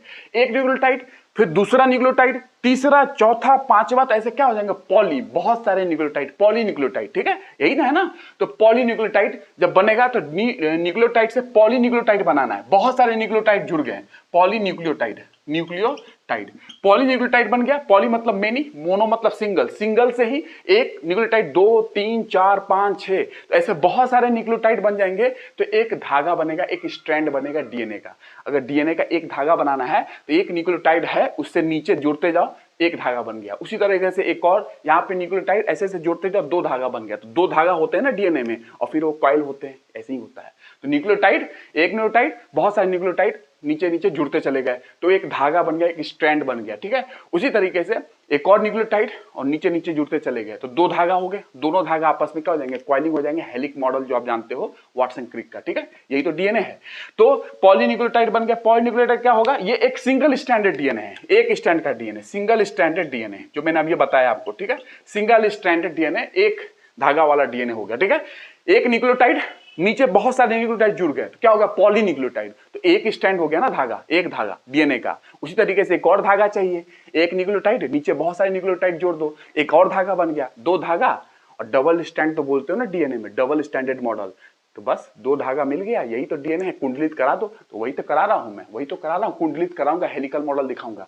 तो पॉलीन्यूक्लियोटाइड बन गया। अब पॉलीन्यूक्लियोटाइड जो बना है, इसमें क्या होगा, एक्चुअली इसमें आपको ध्यान रखना है कि जैसे यहां से वाटर बाहर निकलेगा, ठीक है, यहां से वाटर बाहर निकलेगा, ठीक है। ये आपको न्यूक्लियोटाइड से जब पॉलीन्यूक्लियोटाइड में जाओगे तो वाटर बाहर निकलेगा, ये आपको ध्यान रखना है, ठीक है, ये आपको ध्यान रखना है। उसके बाद पॉलीन्यूक्लियोटाइड से सिंगल स्टैंडर्ड डीएनए है ये पॉलीन्यूक्लियोटाइड, इससे जब आगे डबल स्टैंडर्ड डीएनए पे जाओगे, डबल स्टैंडर्ड, तो हाइड्रोजन बॉन्डिंग बनेगी। डबल स्टैंडर्ड डीएनए पे जाओगे, क्योंकि ये पॉलीन्यूक्लियोटाइड क्या है, सिंगल स्टैंड डीएनए है, एक स्टैंड का डीएनए, ठीक है, एक धागा वाला डीएनए है। एक और धागा चाहिए ना, तो दोनों धागा अगर बनाना है तो डबल स्टैंड डीएनए होगा। तो डबल स्टैंड डीएनए पे जाओगे, अगर यहां से डबल स्टैंड डीएनए पे जाओगे, तो यहां पे क्या होना चाहिए, एक्चुअली दो स्टैंड का डीएनए अगर चाहिए तो इनके बीच में बंधन चाहिए ना, बंध बनाना पड़ेगा ना, हाइड्रोजन बॉन्डिंग करो ना, तभी तो होगा। तो हाइड्रोजन बॉन्ड यहां पे जोड़ो, हाइड्रोजन बॉन्डिंग होगी यहां पे, हाइड्रोजन बॉन्डिंग, ठीक है, हाइड्रोजन बॉन्डिंग होगी, ठीक है, तब जाके डबल स्टैंडर्ड डीएनए यहां पे बनेगा। ये सिंगल स्टैंड डीएनए था एक धागा का, अब दो धागा चाहिए ना, डबल स्टैंड होता है ना डीएनए, तो उसमें हाइड्रोजन बॉन्डिंग करो। हाइड्रोजन बॉन्डिंग करोगे तो दोनों धागों के बीच में हाइड्रोजन बॉन्डिंग होगा, मतलब तब जाके डबल स्टैंड डीएनए बनेगी, ठीक है। तो ये आपको ध्यान रखना, डबल स्टैंडर्ड डीएनए बन गया। डबल स्टैंडर्ड डीएनए मतलब ये लैडर नुमा है, लैडर नुमा ऐसा है कुछ, अभी दिखा दूंगा। अभी सीरी नुमा बना है, अभी क्वाइलिंग नहीं हुई, क्वाइलिंग होता है ना, क्वाइलिंग होता है ना, क्वाइलिंग नहीं हुई, अभी सिर्फ सीरीनुमा बन चुका है, एकदम सीरीनुमा, लैडर लाइक। अभी क्वाइलिंग होगी, ठीक है, तब हेलिकल मॉडल बनेगा। तो ये लैडर नुमा बन गया। अब डबल स्टैंडर्ड डीएनए से अब तुमको चाहिए हेलिकल मॉडल। हेलिकल मॉडल जानते हो ना वाटसन क्रिक का, तो हेलिकल मॉडल पे जाना है और हाइड्रोजन बॉन्डिंग कराओ, और हाइड्रोजन बॉन्डिंग कराओ, और हाइड्रोजन बॉन्डिंग हुई। हाइड्रोजन बॉन्ड जानते हो ना, एडेनिन गुआनिन के बीच में होता है, साइटोसिन थाइमिन के बीच में होता है, इतना तो पता होगा ना, इतना तो पता होगा ना। बेसेस के बीच में होता है हाइड्रोजन बॉन्ड, एटीजीसी जो मैंने बताया ना बेस, उन्हीं के बीच में हाइड्रोजन बॉन्ड होगा, और जितना हाइड्रोजन बॉन्डिंग होते जाएगी वो क्वाइलिंग होते जाएंगे। तो अभी ये सीरीनुमा था, अब सीरीनुमा है, तो उसको अभी मैं दिखाऊंगा सीरीनुमा कैसे है। हाइड्रोजन बॉन्डिंग और हुई, तो अब बन गया कैसा, हेलिकल डीएनए, हेलिकल जो आप जानते हो हेलिकल डीएनए, ठीक है, ये बन गया, हेलिकल डीएनए बन चुका है, ठीक है, ये आपको ध्यान रखना है। और हाइड्रोजन बॉन्डिंग होगी, और भी इसमें चीजें होती हैं, एनर्जी वगैरह भी लगते हैं, बट आप ध्यान रखना कि बॉन्डिंग होते जा रही है, और ये क्या होगा कि सिंपल डीएनए जो लैडर नुमा थी, सीरीनुमा, वो अब हेलिकल डीएनए बन चुकी है, अब हेलिक्स हो चुका है। अभी तो सीरीनुमा था सीधा, तो ये हो चुका है, हेलिकल डीएनए बन चुका है। और जो हमारा डीएनए होता है, ध्यान रखना, जो हमारा डीएनए होता है, ह्यूमन बींग्स का जो डीएनए होता है वो बी डीएनए होता है। तो ये जो आप पढ़ते हो ना वाटसन क्रिक का मॉडल, वो बी डीएनए है, एक्चुअली वो बी डीएनए है। वाटसन क्रिक का जो मॉडल है वो ए डीएनए का नहीं है, सी डीएनए का नहीं है, डी का भी नहीं है, जेड का भी नहीं है, वो बी डीएनए है। तो यहां पे क्लियर होगा, आपका जो डीएनए है, ह्यूमन बीइंग का जो डीएनए है, इंसान का डीएनए, वो बी डीएनए होता है, वही है वाटसन क्रिक का मॉडल, ठीक है। तो बी डीएनए बन चुका है, ये ध्यान रखना है, ठीक है। और यही बी डीएनए हेलिकल डीएनए है ना, ये हेलिकल डीएनए बन गया बी डीएनए। अब देखो ये बी डीएनए हो गया, यहीं से सुन लो ए डीएनए क्या है, सी डीएनए क्या है, सुन लो, ध्यान से सुनना। देखो हेलिकल मॉडल जो बन गया, तो सेल में on the basis of different helix, ये एक हेलिकल मॉडल है, एक हेलिक्स बन गया। अब हेलिक्स के आधार पे ही एक हेलिक्स जो बन चुका है यहां पे आपने देखा, इन्हीं हेलिक्स के आधार पे कोशिका के अंदर इन्हीं हेलिक्स के आधार पे ही आप डीएनए को डिफरेंट 5 प्रकार में बांट लेते हो। इन्हीं हेलिकल स्ट्रक्चर के आधार पे, इन्हीं हेलिकल स्ट्रक्चर के आधार पे 5 टाइप में ए बी सी डी और जेड इनके टाइप में बांट लेते हो। ठीक है, तो 5 टाइप्स का है। वाटसन क्रिक का मॉडल वाला कौन है? बी डीएनए, ये आपको ध्यान रखना है। ठीक है, और जेड डीएनए की बात करें तो जेड डीएनए वो डीएनए है जो लेबोरेटरी में बनाई जाती है, लेबोरेटरी में बनाई जाती है, इतना ध्यान रखना। जेड डीएनए वो डीएनए है जो कि लेबोरेटरी में बनाई जाती है। ठीक है, और इसमें क्या अंतर है जेड डीएनए में? लैब में क्यों बना लेते हैं? क्योंकि नॉर्मली आपको ये सेल वगैरह में जेड डीएनए नहीं मिलेगी। क्यों नहीं मिलेगी? क्योंकि लैब में इसलिए मिलती है क्योंकि नाइट्रोजन बेस जो होता है ना, इसमें कंडीशन क्या होता है जेड डीएनए में, जो नाइट्रोजन बेस, अब तो सब कुछ समझा दिया नाइट्रोजन बेस वगैरह, अब तो सबका नाम ले सकता हूं मैं। जो नाइट्रोजन बेस होते हैं प्यूरिन्स पिरिमिडिन्स, ये प्यूरिन्स पिरिमिडिन्स जो होते हैं ये अल्टरनेट अरेंज होते हैं, अल्टरनेटली अरेंज होंगे, अल्टरनेटली अरेंज होंगे, अल्टरनेट वे में। ठीक है, प्यूरिन्स पिरिमिडिन्स जो होते हैं दोनों के दोनों अल्टरनेटली अरेंज होते हैं जेड डीएनए में, जो कि हम बनाते हैं लैब में। मतलब अगर पहला बेस बात कर लो एडेनिन है, अगर पहला बेस बात कर लो एडेनिन है, ठीक है, तो दूसरा क्या होगा? गुआनिन होगा। अल्टरनेटली अरेंज होते हैं, ये जेड डीएनए है जो कि लैब में बनाते हैं। तो अगर पहला बेस एडेनिन है तो दूसरा होगा गुआनिन, तो तीसरा अगर थाइमिन है तो चौथा क्या होगा? साइटोसिन। ऐसे तो अल्टरनेटली अरेंज होंगे प्यूरिन्स और pyrimidines, purines pyrimidines, purines pyrimidines, purines purines pyrimidines, purines pyrimidines, purines pyrimidines, ऐसे अल्टरनेटली अरेंज होंगे। ठीक है, तो अगर पहला बेस अगर एडेनिन होगा तो दूसरा क्या होगा? गुआनिन होगा। अगर तीसरा बेस थाइमिन होगा तो चौथा क्या होगा? साइटोसिन होगा। प्यूरिन्स पिरिमिडिन्स, ऐसा ये जेड डीएनए है जो कि हम लैब में बनाते हैं। ठीक है, ये ध्यान रखना।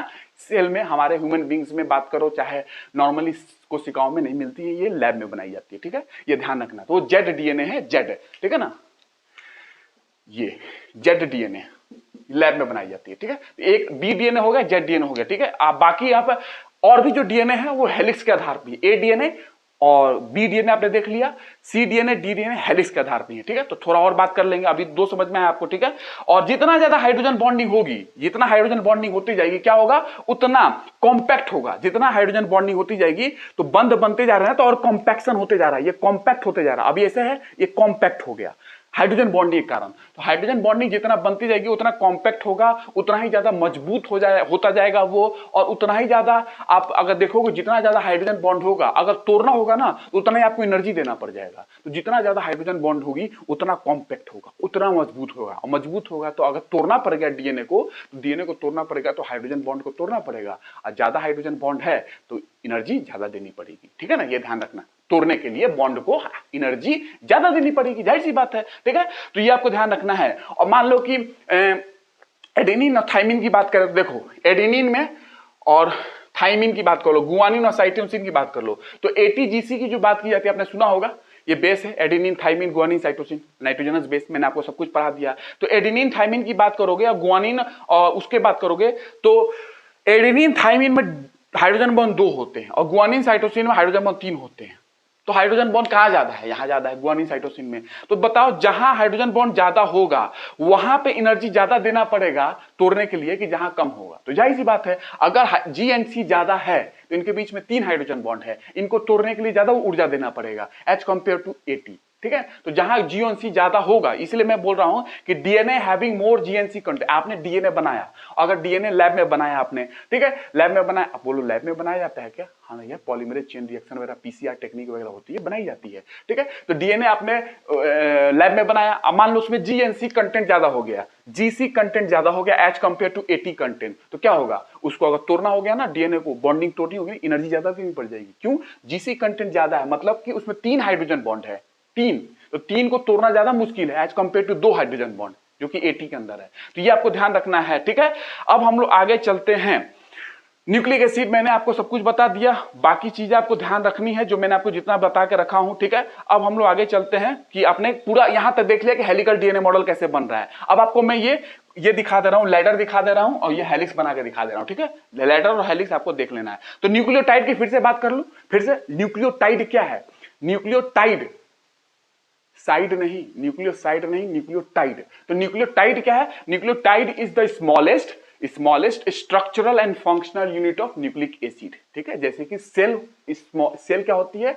Structural and functional unit of क्या होती है? लिविंग ऑर्गेनिज्म, किसी बॉडी की, लाइफ की। उसी तरीके से न्यूक्लियोटाइड क्या है? न्यूक्लिक एसिड का है, ठीक है। उसी तरीके से जैसे नेफ्रॉन किडनी का है, उसी तरीके से, ठीक है। तो फंक्शनल यूनिट है, स्ट्रक्चरल यूनिट है न्यूक्लिक एसिड का न्यूक्लियोटाइड, और बेसिक यूनिट है न्यूक्लिक एसिड का न्यूक्लियोटाइड, ठीक है। ये भी आपका आधारभूत इकाई है। उसी से तो मिलके यही न्यूक्लियोटाइड जो मैंने बताया ना आपको इतने देर से, एक न्यूक्लियोटाइड, दो न्यूक्लियोटाइड, तीन, एक दूसरे के ऊपर नीचे अरेंज है, एक दूसरे के नीचे अरेंज है, एक धागा बन गया न्यूक्लियोटाइड, एक धागा बन गया डीएनए का। एक न्यूक्लियोटाइड 2 3 4 ऐसे अरेंज होते चलेगा, एक धागा, एक और धागा चाहिए, दो धागा चाहिए ना डीएनए में।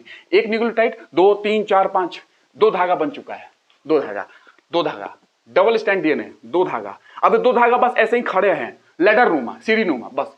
तो भैया अभी तो हेलिकल नहीं बनना, अब उसमें हाइड्रोजन बॉन्डिंग करो, इनके बीच में हाइड्रोजन बॉन्डिंग, तो हाइड्रोजन बॉन्डिंग करो, हेलिक्स बन जाएंगे, हेलिक्स बन जाएंगे ऐसे, ठीक है। तो अभी लैडर नुमा है, एक धागा बना लिया आपने, न्यूक्लियोटाइड एक जोड़ा, 2 3 4 5 ऐसे न्यूक्लियोटाइड आपने जोड़ा, एक धागा बन गया। उसके बाद एक और न्यूक्लियोटाइड लो, 2 3 4 ऐसे जोड़ते चले जाओ, तो दो धागा बन गया। अब दो धागा ऐसे ऐसे हैं, ठीक है। और उनमें नॉर्मल आपने देखा कि नॉर्मल उसमें हाइड्रोजन बॉन्ड है, नॉर्मल थोड़ा सा बीच में हाइड्रोजन बॉन्ड है, ठीक है। अभी नॉर्मल है, ज्यादा हाइड्रोजन बॉन्ड नहीं है। तो ये सीरी नुमा है, सीरी होती है ना सीरी, ऐसा।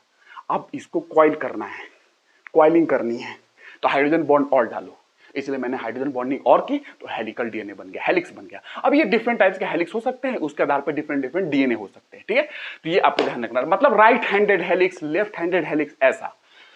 तो मतलब राइट हैंडेड कॉइलिंग कर रहे हो कि लेफ्ट हैंडेड कॉइलिंग कर रहे हो, ठीक है। कॉइलिंग किस प्रकार की कॉइलिंग कर रहे हो, है ना, कुंडलित जो कर रहे हो, कुंडलन, वो किस प्रकार की कर रहे हो, इस आधार पे आप डीएनए के अलग अलग टाइप हो जाते हैं, जो मैंने आपको बताया।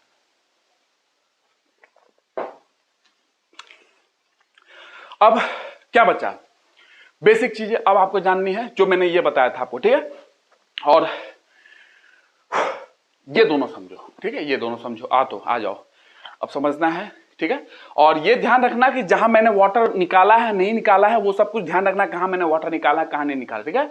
तो ये जो पॉलीन्यूक्लियोटाइड बना है, ठीक है, पॉलीन्यूक्लियोटाइड, वहां से डबल स्टैंडर्ड डीएनए बनाया आपने, जो कि लैडर नुमा है, ठीक है, डबल स्टैंडर्ड पॉलीन्यूक्लियोटाइड जो बना था, पॉली मतलब मेन है, न्यूक्लियोटाइड मतलब जुड़ते गए, 1 2 3 4 ऐसे, तो एक धागा बना ना, तो सिंगल स्टैंडर्ड बोले, इसीलिए सिंगल स्टैंडर्ड डीएनए है ये, डीएनए, ठीक है। अब एक और स्टैंड चाहिए, एक और धागा चाहिए, तो एक और न्यूक्लियोटाइड, बहुत सारे जोड़ दिया तो पॉलीन्यूक्लियोटाइड हो गया। पॉली मतलब बहुत सारा न्यूक्लियोटाइड जोड़ लो तो दो स्टैंड बन गया, दो स्टैंड। कैसे, दो स्टैंड बनाना है, एक साथ रखना है, तो कुछ तो बॉन्डिंग करना पड़ेगा ना, तो हाइड्रोजन बॉन्डिंग हो गई। और हाइड्रोजन बॉन्डिंग करो ना, अभी तो लैडर नुमा है, अभी तो लैडर नुमा है, सीरी नुमा, और हाइड्रोजन बॉन्डिंग करो तो हेलिक्स बन जाएगा, हेलिकल में। तो ये डीएनए आप जो जानते हो, हेलिकल मॉडल, वाटसन क्रिक का बी डीएनए होता है, बी डीएनए, ठीक है। अब आगे चलते हैं, ठीक है। जितना आपको रिक्वायर्ड है मैंने उतना आपको समझाया है, इससे ज्यादा आपको जानना नहीं है, ठीक है ना, इससे ज्यादा आपको जानना नहीं है, डिटेल में मैं नहीं जा रहा हूं, अदरवाइज बहुत है। जैसे कि अगर बात करूं, जैसे कि बॉन्ड कौन सी बन रही है, तो यहाँ पे फॉस्फो मोनोएस्टर बॉन्ड बना, यहाँ पे कौन सा बॉन्ड बना, फॉस्फो मोनोएस्टर बॉन्ड, मतलब कि मोनो मतलब सिंगल, ठीक है। यहाँ पे फॉस्फो मोनोएस्टर बॉन्ड बना, और यहाँ पे कौन सा बॉन्ड बनेगा, मोनोन्यूक्लियोटाइड से यहाँ आया तो फॉस्फो डाइएस्टर बॉन्ड बनेगा, फॉस्फो डाइएस्टर बॉन्ड। मतलब एक न्यूक्लियोटाइड में क्या बना, फॉस्फो मोनोएस्टर बॉन्ड, मोनो मतलब सिंगल, तो मोनोएस्टर बॉन्ड फॉस्फो, और बहुत सा, एक न्यूक्लियोटाइड, दो न्यूक्लियोटाइड, तीन न्यूक्लियोटाइड, तो न्यूक्लियोटाइड के बीच में कौन सा बॉन्ड बना, फॉस्फो डाइएस्टर बॉन्ड। एक न्यूक्लियोटाइड है, तो एक न्यूक्लियोटाइड में क्या क्या है, नाइट्रोजनस बेस है, सुगर है, फॉस्फेट है, ठीक है। तो इसमें आपको ध्यान रखना है कि सुगर और फॉस्फेट के बीच में कौन सा बॉन्ड बन रहा है, फॉस्फो मोनोएस्टर बॉन्ड, एक न्यूक्लियोटाइड के बीच में। अभी मैं दिखाऊंगा, अभी स्ट्रक्चर ड्रॉ करूंगा, ये सुन लो, स्ट्रक्चर ड्रॉ करके दिखाऊंगा।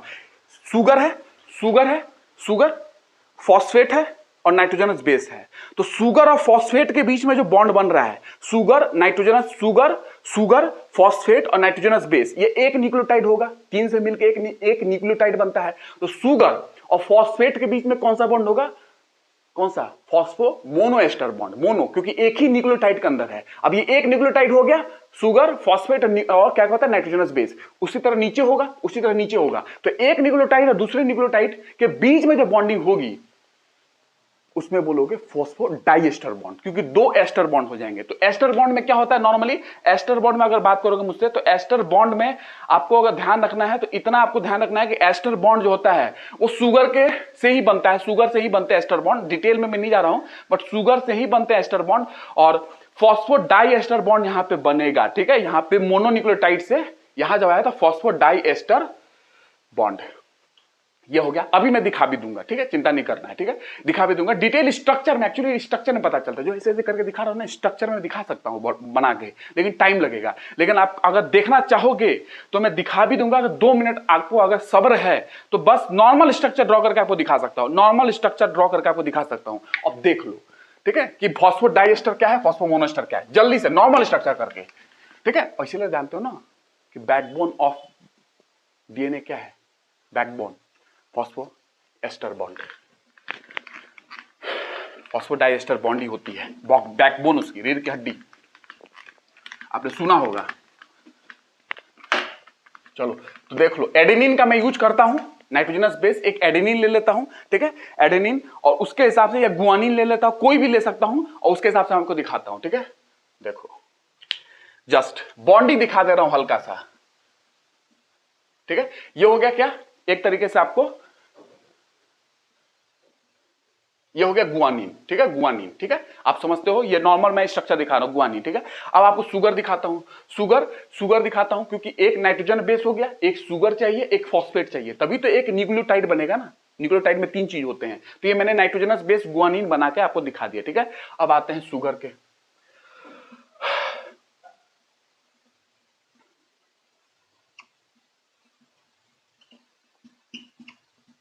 ये डीएनए पढ़ रहे हैं, पूरी डीएनए, जब मैंने डीएनए स्टार्ट कर दिया था तो डीएनए ही है, ठीक है। और डीएनए मैंने बताया था कि यहाँ एच होगा, यहाँ पे OH नहीं होगा। अगर OH कर दिया, O लगा दिया आपने, तो राइबोज हो जाएगा, और राइबोज में से एक ऑक्सीजन निकाल दे तो ना, यहाँ से ऑक्सीजन निकाल दिया तो डीऑक्सी राइबोज, मतलब ऑक्सीजन निकल चुका है, ठीक है। गर्मी बहुत लग रही है यार।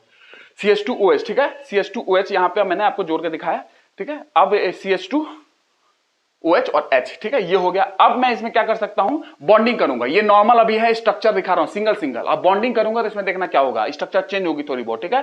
तो ये हो गया नॉर्मल आपकी बॉन्डिंग HOH। अब उसके बाद बात करें तो उसके बाद आपको ध्यान रखना है कि ये हो गया आपका डीऑक्सीराइबोस शुगर, ये हो गया गुआनिन, ठीक है। एक चीज और चाहिए, न्यूक्लियोटाइड में 3 चीज होता है, क्या है, वो है फॉस्फेट, वो है फॉस्फेट, आपको ध्यान रखना है, वो है फॉस्फेट, ठीक है। तो फॉस्फेट मैं यहां दिखा देता हूं, फॉस्फेट, फॉस्फोरिक एसिड। तो फॉस्फोरिक एसिड में आपको दिखा रहा हूं, ठीक है, फॉस्फोरिक एसिड। आपको दूसरे किताबों में फॉस्फेट ग्रुप दिखाया जा सकता है, फॉस्फोरिक एसिड का फॉस्फेट ग्रुप। मैं आपको नॉर्मल फॉस्फोरिक एसिड ही दिखा दे रहा हूं, ठीक है ना, फॉस्फोरिक एसिड, ये आपको ध्यान रखना है, फॉस्फोरिक एसिड मैं आपको दिखा रहा हूं, ठीक है। ये फॉस्फोरिक एसिड है H3PO4, ठीक है। लेकिन नॉर्मल बुक्स में आप देखोगे तो कहीं कहीं इस एसिड का फॉस्फेट ग्रुप भी दिखाया जाता है, इस एसिड का फॉस्फेट ग्रुप भी दिखाया जाता है, ठीक है। ये मैंने ऐसे क्यों दिखाया है, ये ऐसे, यहाँ पे सीधा सीधा, ये लोन पेयर इलेक्ट्रॉन होते हैं, मैं केमिस्ट्री में आपको पढ़ा दूंगा लोन पेयर क्या होते हैं। यहाँ से लोन पेयर इलेक्ट्रॉन यहाँ पे शिफ्ट हो जाते हैं, लोन पेयर इलेक्ट्रॉन, ठीक है, उस हिसाब से है ये, इसलिए मैंने वैसा दिखाया। तो ये एक 3 हो गया, ये गुआनिन, डीऑक्सीराइबोस शुगर और एक फॉस्फोरिक एसिड, ये 3 मिलाने से क्या बनता है, एक न्यूक्लियोटाइड। इन तीनों से क्या मिलकर बनेगा, न्यूक्लियोटाइड, समझ में आया, एक न्यूक्लियोटाइड बन गया ये तीनों से। अब देखो इसमें बॉन्डिंग कैसे हो रही है, हल्का सा बॉन्डिंग देखो, देखो यहाँ पे क्या हो रहा है, CH2 है, ठीक है। अब यहाँ पे देखो, यहाँ पे क्या होगा, ये और ये यहाँ पे बॉन्डिंग करेंगे, एक वाटर बाहर निकलेगा। मैंने आपको बताया था कि शुगर जब जुड़ेगा वहां पे तो आपको बॉन्डिंग होती है, तो वहां पे पानी बाहर निकलेगा, ठीक है, यहाँ पे ध्यान रखना है। तो CH2, ठीक है, और यहाँ पे ऑक्सीजन के साथ जुड़ना है, यहाँ पे ऑक्सीजन के साथ जुड़ जाएगा। एक्चुअली इसको यहां बनाओ, ठीक है, तब यहां पे अच्छे से जोड़ के दिखा सकता हूं, ठीक है। ये यहाँ पे, और यहां से हट जाएगा बॉन्डिंग, वाटर मतलब बाहर निकलेगा ना वाटर, तो वो ऑक्सीजन के साथ जुड़ गया, CH2 ऑक्सीजन के साथ जुड़ गया। और ये आपने देखा कि क्या वहां पे OH है, ऊपर भी OH है, और वहां पे ऑक्सीजन मैंने दिखा दी, ये फॉस्फेट का है। अब यहाँ पे देखो, यहाँ पे क्या होगा कि यहाँ पे भी बॉन्डिंग करूंगा, यहाँ पे बॉन्डिंग करूंगा तो यहाँ पे इसके साथ होगी, इसके साथ, ठीक है, ये हो गया बॉन्डिंग इसके साथ, ठीक है। तो यहाँ पे भी वाटर बाहर निकलेगा, मैंने आपको दिखाया कि नाइट्रोजन बेस और वाटर शुगर जुड़ते हैं तो पानी बाहर निकलता है। तो OH था ना यहाँ पे OH, वो OH और यहाँ पे एक H था, उससे बाहर निकल गया, तो वो वाटर बाहर निकल गया, तो ये नॉर्मल बॉन्डिंग हो गई। तो यही बॉन्डिंग जो मैं बता रहा था आपको उतने देर में से, ठीक है ना, ये नाइट्रोजन यहाँ पे है, ठीक है, नाइट्रोजन यहाँ पे NH था, तो उस हिसाब से मैं आपको बता रहा था कि गुआनिन में आपको ध्यान रखना है कि यहाँ पे गुआनिन है, ठीक है ना, तो यहाँ पे NH था, NH NH, यहाँ पे OH था तो OH और यहाँ पे H था, ये दोनों H2O बाहर निकल गया तो खत्म हो गया ना, OH भी खत्म हो गया, यहाँ H भी खत्म हो गया, नॉर्मल जुड़ गए। ये क्या, शुगर और इनके बीच में जो बॉन्ड बना है वो है glycosidic bond, glycosidic bond, glycosidic bond, beta glycosidic bond है, ठीक है, बीटा, ये हो गया इनके बीच में। अब ऊपर देखो उधर शुगर और उसके बीच में, तो इसके बीच में क्या है, ये देखो इधर PCOP या POC, POC, ठीक है ना, नंबर 1 2 3 4 5 कार्बन नंबर शुगर का, पांचवा कार्बन, 1 2 3 4 5, पांचवें कार्बन से फॉस्फेट जुड़ा है, ठीक है। तो POC ये जो बॉन्डिंग है, ये कौन सी बॉन्डिंग है, फॉस्फोमोनोएस्टर बॉन्ड। तो मैंने बताया भी था एक न्यूक्लियोटाइड में अगर बॉन्डिंग देखोगे तो फॉस्फोमोनोएस्टर है, क्योंकि POC ये क्या है, ये फॉस्फोमोनोएस्टर बॉन्ड होता है, POC ये आपको ध्यान रखना है। तो ये फॉस्फोमोनोएस्टर बॉन्ड हो गया, फॉस्फोमोनो, मोनो शुगर से बनने वाला जो बॉन्ड है यहाँ पे उसको एस्टर बॉन्ड बोल रहे हैं, फॉस्फोमोनोएस्टर बॉन्ड, शुगर और फॉस्फेट के बीच में फॉस्फोमोनोएस्टर बॉन्ड, POC मैंने दिखा दिया, फॉस्फोमोनोएस्टर बॉन्ड। ये एक न्यूक्लियोटाइड के अंदर बॉन्ड है, लेकिन भैया ऐसे और भी होंगे ना, तभी तो पॉलीन्यूक्लियोटाइड बनेगा ना, पॉली मतलब मेनी, तो ऐसे और भी होंगे, ठीक है। तो एक न्यूक्लियोटाइड दूसरे न्यूक्लियोटाइड के बीच में जब बॉन्डिंग बनेगी तो वहां पे 2 POC बनेगा, POC एक और POC होगा, ठीक है, जैसे यहाँ पे POC दिखा ना, POC और भी POC नीचे बनेगा, तो 2 POC हो गया तो फॉस्फोडाइएस्टर बॉन्ड, इसलिए मैंने दिखाया था उसमें, इसे मैंने आपको दिखाया था कि मोनोन्यूक्लियोटाइड से पॉलीन्यूक्लियोटाइड बन रहा है, ये मोनोन्यूक्लियोटाइड है, इसमें फॉस्फोमोनोएस्टर है, जब पॉलीन्यूक्लियोटाइड बनेगा तो फॉस्फोडाइएस्टर हो जाएगा, ठीक है, ये आपको जानना था, ठीक है। और बेसिक यहाँ पे मैं और भी जोड़ के दिखा सकता हूं, देखो यहाँ पे अगर दिखाऊं, एक शुगर दिखा लूं, ठीक है, देखो यहाँ पे ये शुगर में दिखा देता हूं, दूसरा न्यूक्लियोटाइड जोड़ के दिखा देता हूं आपको, ठीक है, हल्का सा अगर दिख रहा हो तो दूसरा, एक शुगर हो गया, ठीक है, ये शुगर, ये दिख रहा है शुगर, नीचे एक शुगर, एक न्यूक्लियोटाइड हो गया, दूसरा भी न्यूक्लियोटाइड दिखा रहा हूं, एक शुगर हो गया यहाँ पे शुगर, और यहाँ पे अगर बात करें तो H वही ऊपर वाला HOH डीऑक्सीराइबोस शुगर, और यहाँ पे क्या होगा, CH2OH होगा, और यहाँ H है, ये शुगर हो गया। अब बॉन्डिंग करना है फॉस्फेट से, क्योंकि यहाँ तो एक होगा, एक यहाँ पे, जैसे यहाँ पे है शुगर के साथ यहाँ पे ग्वानिन, तो यहाँ पे शुगर के साथ कुछ भी जोड़ सकते हो, ग्वानिन जोड़ना ग्वानिन जोड़ लो, थाइमिन जोड़ना थाइमिन जोड़ लो, तो थाइमिन जोड़ लेता हूँ। थाइमिन क्या होता है, एक रिंग का मेंबर होता है, सिंगल रिंग, क्योंकि पिरिमिडिन्स है, ठीक है, तो एक रिंग का मेंबर है, ये एक रिंग बना दिया मैंने, ठीक है, एक रिंग का मेंबर थाइमिन है ना, थाइमिन जोड़ रहा हूं मैं, थाइमिन जोड़ दिया, ठीक है, कुछ भी जोड़ सकते हो, नाइट्रोजनस बेस में थाइमिन जोड़ लो, कुछ भी जोड़ लो, साइटोसिन जोड़ लो, यूरेसिल मत जोड़ रहे ना, डीएनए की बात चल रही है, ठीक है, ये जोड़ लिया मैंने, इससे बॉन्डिंग कर लिया, नॉर्मल बॉन्डिंग दिखा रहा हूं, अब डिटेल में ऐसा नहीं बात कर रहा हूं मैं।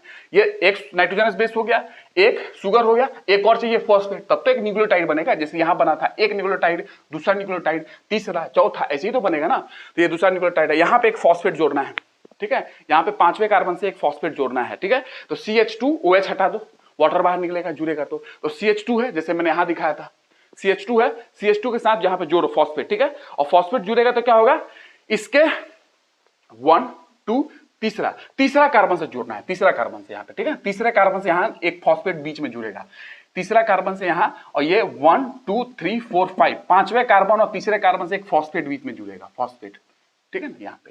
तो इस न्यूक्लियोटाइड का ये शुगर का तीसरा कार्बन, और नीचे वाला न्यूक्लियोटाइड का ये शुगर का 5वां कार्बन से बीच में क्या होगा, 5वां कार्बन और तीसरे कार्बन में फॉस्फेट जुड़ेगा। तो यहाँ पे जो फॉस्फेट जुड़ेगा ना, तो यहाँ पे POC ये बन गया, POC, और यहाँ पे POC ये, तो ये हट जाएगा, पूरा वाटर बाहर निकलेगा, आपको पता होगा नॉर्मल, जैसे यहाँ सिखाया मैंने, ठीक है, यहाँ स्पेस नहीं मैं दिखा देता आपको। तो POC और POC, तो POC एक क्या है, मोनोएस्टर बॉन्ड, और 2 POC हो गया तो फॉस्फोडाइएस्टर बॉन्ड, बस इतना समझ जाओ। तो ऐसे 2 बन जाएगा, POC, एक ऊपर POC फॉस्फेट जोड़ा आपने, और नीचे POC, तो 2 एस्टर बॉन्ड, फॉस्फोडाइएस्टर बॉन्ड, ठीक है। तो इस तरीके से फॉस्फोडाइएस्टर बॉन्ड बन गया, ठीक है। ये आपको फीलिंग आ गई, स्पेस नहीं था, मैं दिखा देता पूरा स्ट्रक्चर बना के, लेकिन फीलिंग हो गया ना, ऐसा ही जोड़ना है, एक न्यूक्लियोटाइड में जैसे मैंने दिखाया वैसे ही दूसरे न्यूक्लियोटाइड में होगा, ठीक है। तो क्या होगा, सिंपल सुनना, इस शुगर का तीसरा कार्बन और नीचे वाला न्यूक्लियोटाइड जो है उसका शुगर जो होगा उसका 5वां कार्बन, उस 5वें कार्बन और इसका तीसरे कार्बन के बीच में फॉस्फोरिक एसिड आएगा, और जब आएगा तो 2 एस्टर बॉन्ड बन जाएगी, यही मैं दिखा, क्योंकि स्पेस रहती तो मैं दिखा देता, क्योंकि मैं बड़ा लिखता हूं तो स्पेस बचती नहीं है, अगर छोटा लिखता तो, लेकिन फिर भी अगर आपको दिमाग लगा रहे हो तो मैंने समझा दिया है, ठीक है। पहले वाले न्यूक्लियोटाइड का तीसरा कार्बन और दूसरा न्यूक्लियोटाइड है उसका भी कार्बन है, तो उसका न्यूक्लियोटाइड का जो कार्बन है शुगर का, पहले वाले न्यूक्लियोटाइड का कार्बन मतलब शुगर का तीसरा कार्बन, और दूसरे वाले न्यूक्लियोटाइड जो है उसका शुगर का 5वां कार्बन। तो उसका 5वां कार्बन और पहले वाले न्यूक्लियोटाइड के शुगर का तीसरा कार्बन जो मैंने दिखाया था, उन दोनों के बीच में फॉस्फोरिक एसिड आके बॉन्डिंग करेगी, तब जाके दोनों न्यूक्लियोटाइड के बीच में जो बॉन्ड बन रहा है वो फॉस्फोडाइएस्टर बॉन्ड है। लेकिन एक ही न्यूक्लियोटाइड में जब बन रहा है, मैंने ऊपर दिखाया था पीओसी, वो क्या है, फॉस्फोमोनोएस्टर बॉन्ड। तो ऐसे फॉस्फोडाइएस्टर बॉन्ड बनते जाएंगे और न्यूक्लियोटाइड जुड़ते जाएंगे, एक न्यूक्लियोटाइड दूसरा न्यूक्लियोटाइड फॉस्फोडाइएस्टर बॉन्ड, तीसरा न्यूक्लियोटाइड फिर फॉस्फोडाइएस्टर बॉन्ड, चौथा। तो न्यूक्लियोटाइड्स के बीच में फॉस्फोडाइएस्टर बॉन्ड बनते जाएंगे, ठीक है, और न्यूक्लियोटाइड जुड़ते जाएंगे और एक धागा बन जाएगा। उसी तरीके से डीएनए का दूसरा धागा, न्यूक्लियोटाइड न्यूक्लियोटाइड न्यूक्लियोटाइड दूसरा धागा, दो धागा बन गया, दो धागा बन गया। अब देखो लैडर बनी, दो धागा बना मतलब लैडर, एक सीढ़ी बन गया, सीढ़ी ऐसा, एक ऐसा नॉर्मल सीढ़ी, ठीक है, ऐसा, ठीक है। अब ये सीरीज क्या है, ये एक धागा, एक न्यूक्लियोटाइड दूसरा न्यूक्लियोटाइड तीसरा चौथा, और बीच में फॉस्फोडाइएस्टर बॉन्ड बनते गए, एक धागा बन गया डीएनए का, दूसरा धागा बन गया डीएनए का, ऐसे ही। और ये लैडर नुमा है। इसमें क्या होगा कि आपको ध्यान रखना है कि ये दोनों स्ट्रैंड, जो दोनों धागा होता है वो एंटी पैरेलल होते हैं। एंटी पैरेलल का मतलब ये अगर 5 प्राइम है तो ये 3 प्राइम है, ये 3 प्राइम है तो ये 5 प्राइम है, बस इतना। अब ये नहीं बता रहा हूं कि 5 प्राइम किसको बोलते हैं, ठीक है, ये नहीं बता रहा हूं, आपको डिटेल नहीं चाहिए, बट इतना ध्यान रखना दोनों धागा एंटी पैरेलल, पैरेलल तो है, एंटी है। एंटी मतलब देखो 5 के सामने 3 है, 3 के सामने 5 है, तो दोनों धागा जो है वो एंटी पैरेलल है, ठीक है, यह ध्यान रखना। 5 के सामने 3 है, पैरेलल होता क्या होता है, 5 के सामने 5, 3 के सामने 3, ठीक है। ये 5 क्या 3 क्या शुगर से रिलेटेड है, मैं आपको बात उतना डिटेल में नहीं जानना, बट एंटी पैरेलल जानना, 5 प्राइम 3 प्राइम, तो यहां पे दूसरा धागा 3 प्राइम 5 प्राइम। लेकिन अगर यहां 3 प्राइम रहता तो 5 प्राइम, तो यहां 5 प्राइम 3 प्राइम, तो उल्टा होते जाएगा, ठीक है, ये आपको ध्यान रखना है। तो ये दो धागा, अब इनके बीच में क्या करते हैं वो जोड़ लो, ए टी बेसिस जोड़ रहा हूं ना, दो धागा के बीच में बॉन्डिंग होगी ना। मैंने लैडर नुमा बनाया था, हाइड्रोजन बॉन्डिंग, भाई लैडर बना दिया आपने था, एक अभी लैडर बनी, अभी हेलिक्स नहीं बना डीएनए का, अभी दो धागा है बेचारे आसपास आके जुड़ गए। तो कैसे जुड़े, बेसिस के बीच में बॉन्डिंग हो रही है, एटी एटी, ये क्या है, डबल बॉन्ड हो रहा है, ए और टी के बीच में क्या होगा, डबल बॉन्ड होगा। और जी सी की बात करें, जी सी ग्वानिन साइटोसिन में 3 हाइड्रोजन बॉन्ड, इनके बीच में 2 हाइड्रोजन बॉन्ड, ऐसे जुड़ते गए, ऐसे जुड़ते गए, ये क्या होगा, लैडर, एक सीढ़ी नहीं बन गया, सीढ़ी सीढ़ी सीढ़ी, तो लैडर नुमा, लैडर लाइक, लैडर। अभी लैडर बना है, अभी हेलिक्स नहीं हुआ है, अभी कुंडलित नहीं हुआ है। अब क्या करेंगे, ये ladder like model of double standard DNA है, ये लैडर नुमा मॉडल है डबल स्टैंडर्ड डीएनए का, दो धागा डीएनए का, उसका लैडर नुमा मॉडल है, लैडर मॉडल है, ठीक है। अब नेक्स्ट स्टेप में इसको हेलिकल मॉडल में कन्वर्ट करो, इसको नेक्स्ट स्टेप में हेलिकल मॉडल में कन्वर्ट करो।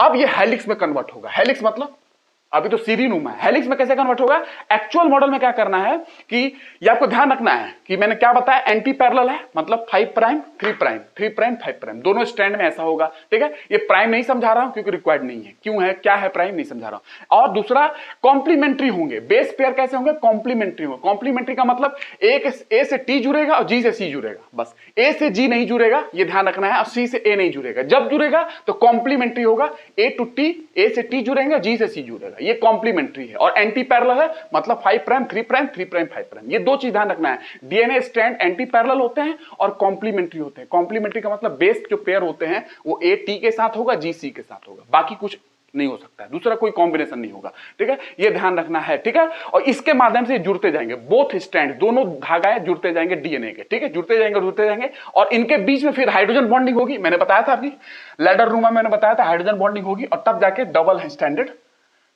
डीएनए बन जाएगा। यही वाला जो आपने पढ़ा है, यही पढ़े हो ना, यही पढ़े हो डबल स्टैंडर्ड डीएनए, ठीक है, पढ़े हो ना, इतना तो पता होगा, ये सब पढ़ के बैठे हो आप, ठीक है, इतना तो आपने सुना है सब कुछ। ये डबल स्टैंडर्ड डीएनए बन चुका है आपका, ठीक है।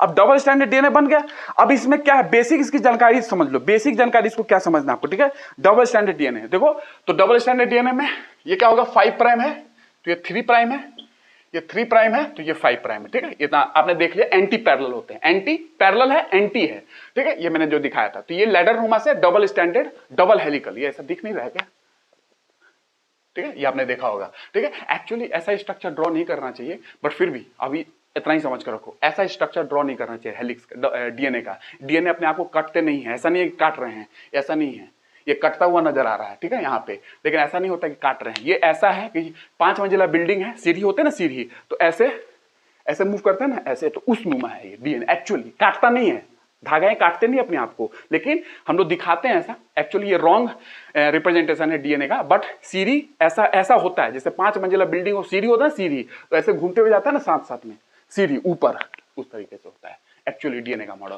तो ये एक्चुअली दिखाते हैं बट रॉन्ग रिप्रेजेंटेशन है, ऐसा रिप्रेजेंट नहीं करना चाहिए। आप देखो इसमें क्या है, इसमें आपको ये ध्यान रखना है, नॉर्मली आपको ये ध्यान रखना है कि क्या है इसके अंदर और होने वाला है, ठीक है। एक्चुअल मॉडल यही है बी डीएनए का। बी डीएनए जो ह्यूमन बीइंग का डीएनए होता है ना, हमारा हम लोग का जो डीएनए होता है वही एक्चुअल मॉडल ये होता है, ठीक है। ये आपको ध्यान रखना है, एक्चुअल मॉडल यही होता है, बस इतना आपको ध्यान रखना है। एक्चुअल मॉडल में क्या आएगा, यही आएगा। अब आपको बताऊं तो बी डीएनए मॉडल में क्या होगा कि in this DNA both strand दोनों जो धागा है डीएनए का, धागा क्या होगा, एंटी पैरेलल है, 5 प्राइम 3 प्राइम के सामने होगा जो मैंने दिखाया है, और 3 प्राइम 5 प्राइम एंटी पैरेलल हो गया, कॉम्प्लीमेंट्री होगा, मतलब इनके बीच में बेसिस पेयर जो जुड़ेंगे, ए टी के साथ जुड़ेगा और जी सी के साथ जुड़ेगा। ये बेस पेयर की हो गया कि ऐसी पेयरिंग होगी बेस पेयर की। ये आपने देखा कि बेस पेयर की पेयरिंग कैसे होगी, ए टी के साथ जुड़ेगा और जी सी के साथ जुड़ेगा। ये आपको ध्यान रखना है, बेस पेयरिंग ऐसे होगी। तो इसको देख लो थोड़ा सा, बेस पेयरिंग कैसे होगी, ठीक है। ये आपको अगर देखोगे तो ये डीएनए है, सेल के अंदर था। इस सेल के अंदर डीएनए की कैसे पता चला, इसकी इंट्रा स्ट्रक्चर, अंदर की स्ट्रक्चर कैसे पता चला, इसकी डायमीटर कितनी है, इसके अंदर में एक हेलिक्स के अंदर कितने बेसेस आते हैं या कितनी लंबाई है, ये कैसे पता चला। तो इसमें डीएनए डिफ्रैक्शन टेक्निक हुआ है ना, diffraction, x ray diffraction technique हुआ। एक्स रे डिफ्रैक्शन टेक्निक से इसकी पूरी डिटेल स्ट्रक्चर पता चला था डीएनए का, ठीक है। उसमें पता चला था ये 20 एंगस्ट्रॉन इसकी डाया है, यहाँ पे 20 angstrom DNA x ray diffraction technique के द्वारा ये एक्चुअली पता चला था। ये फोटो मान लो लिया गया, कैसे कैसे है इसकी पूरी स्ट्रक्चर। 20 एंगस्ट्रॉन का ये है, ठीक है, आपको ध्यान रखना है। और पूरी की पूरी एक हेलिक्स की बात करोगे, एक हेलिक्स की तो 34 एंगस्ट्रॉन के आसपास होती है, ठीक है। एक हेलिक्स की बात करोगे 34 एंगस्ट्रॉन, ठीक है, एक हेलिक्स 34 एंगस्ट्रॉन, ये आपको ध्यान रखना है। 34 एंगस्ट्रॉन के आसपास होती है, आसपास मतलब होती है 34 एंगस्ट्रॉन, ठीक है। और दो बेस पेयर के बीच की दूरी कितनी होगी, अगर बात करूं यहां पे, जैसे ए क्या होगा, यही होगा ना, अंदर बेसिस अंदर होंगे ना, बॉन्डिंग के होंगे, ए टी के साथ होगा, जी सी के साथ होगा, ए टी के साथ होगा, जी सी के साथ होगा, ठीक है, ए टी के साथ होगा, डबल बॉन्ड एट के साथ, और जी के साथ ट्रिपल बॉन्ड होगा, ठीक है, हाइड्रोजन बॉन्डिंग, ठीक है। वैसे ही ए टी के साथ, जी सी के साथ, ए टी के साथ, जी सी के साथ, टी के साथ डबल बॉन्ड, जी के साथ ट्रिपल बॉन्ड, हाइड्रोजन बॉन्डिंग है।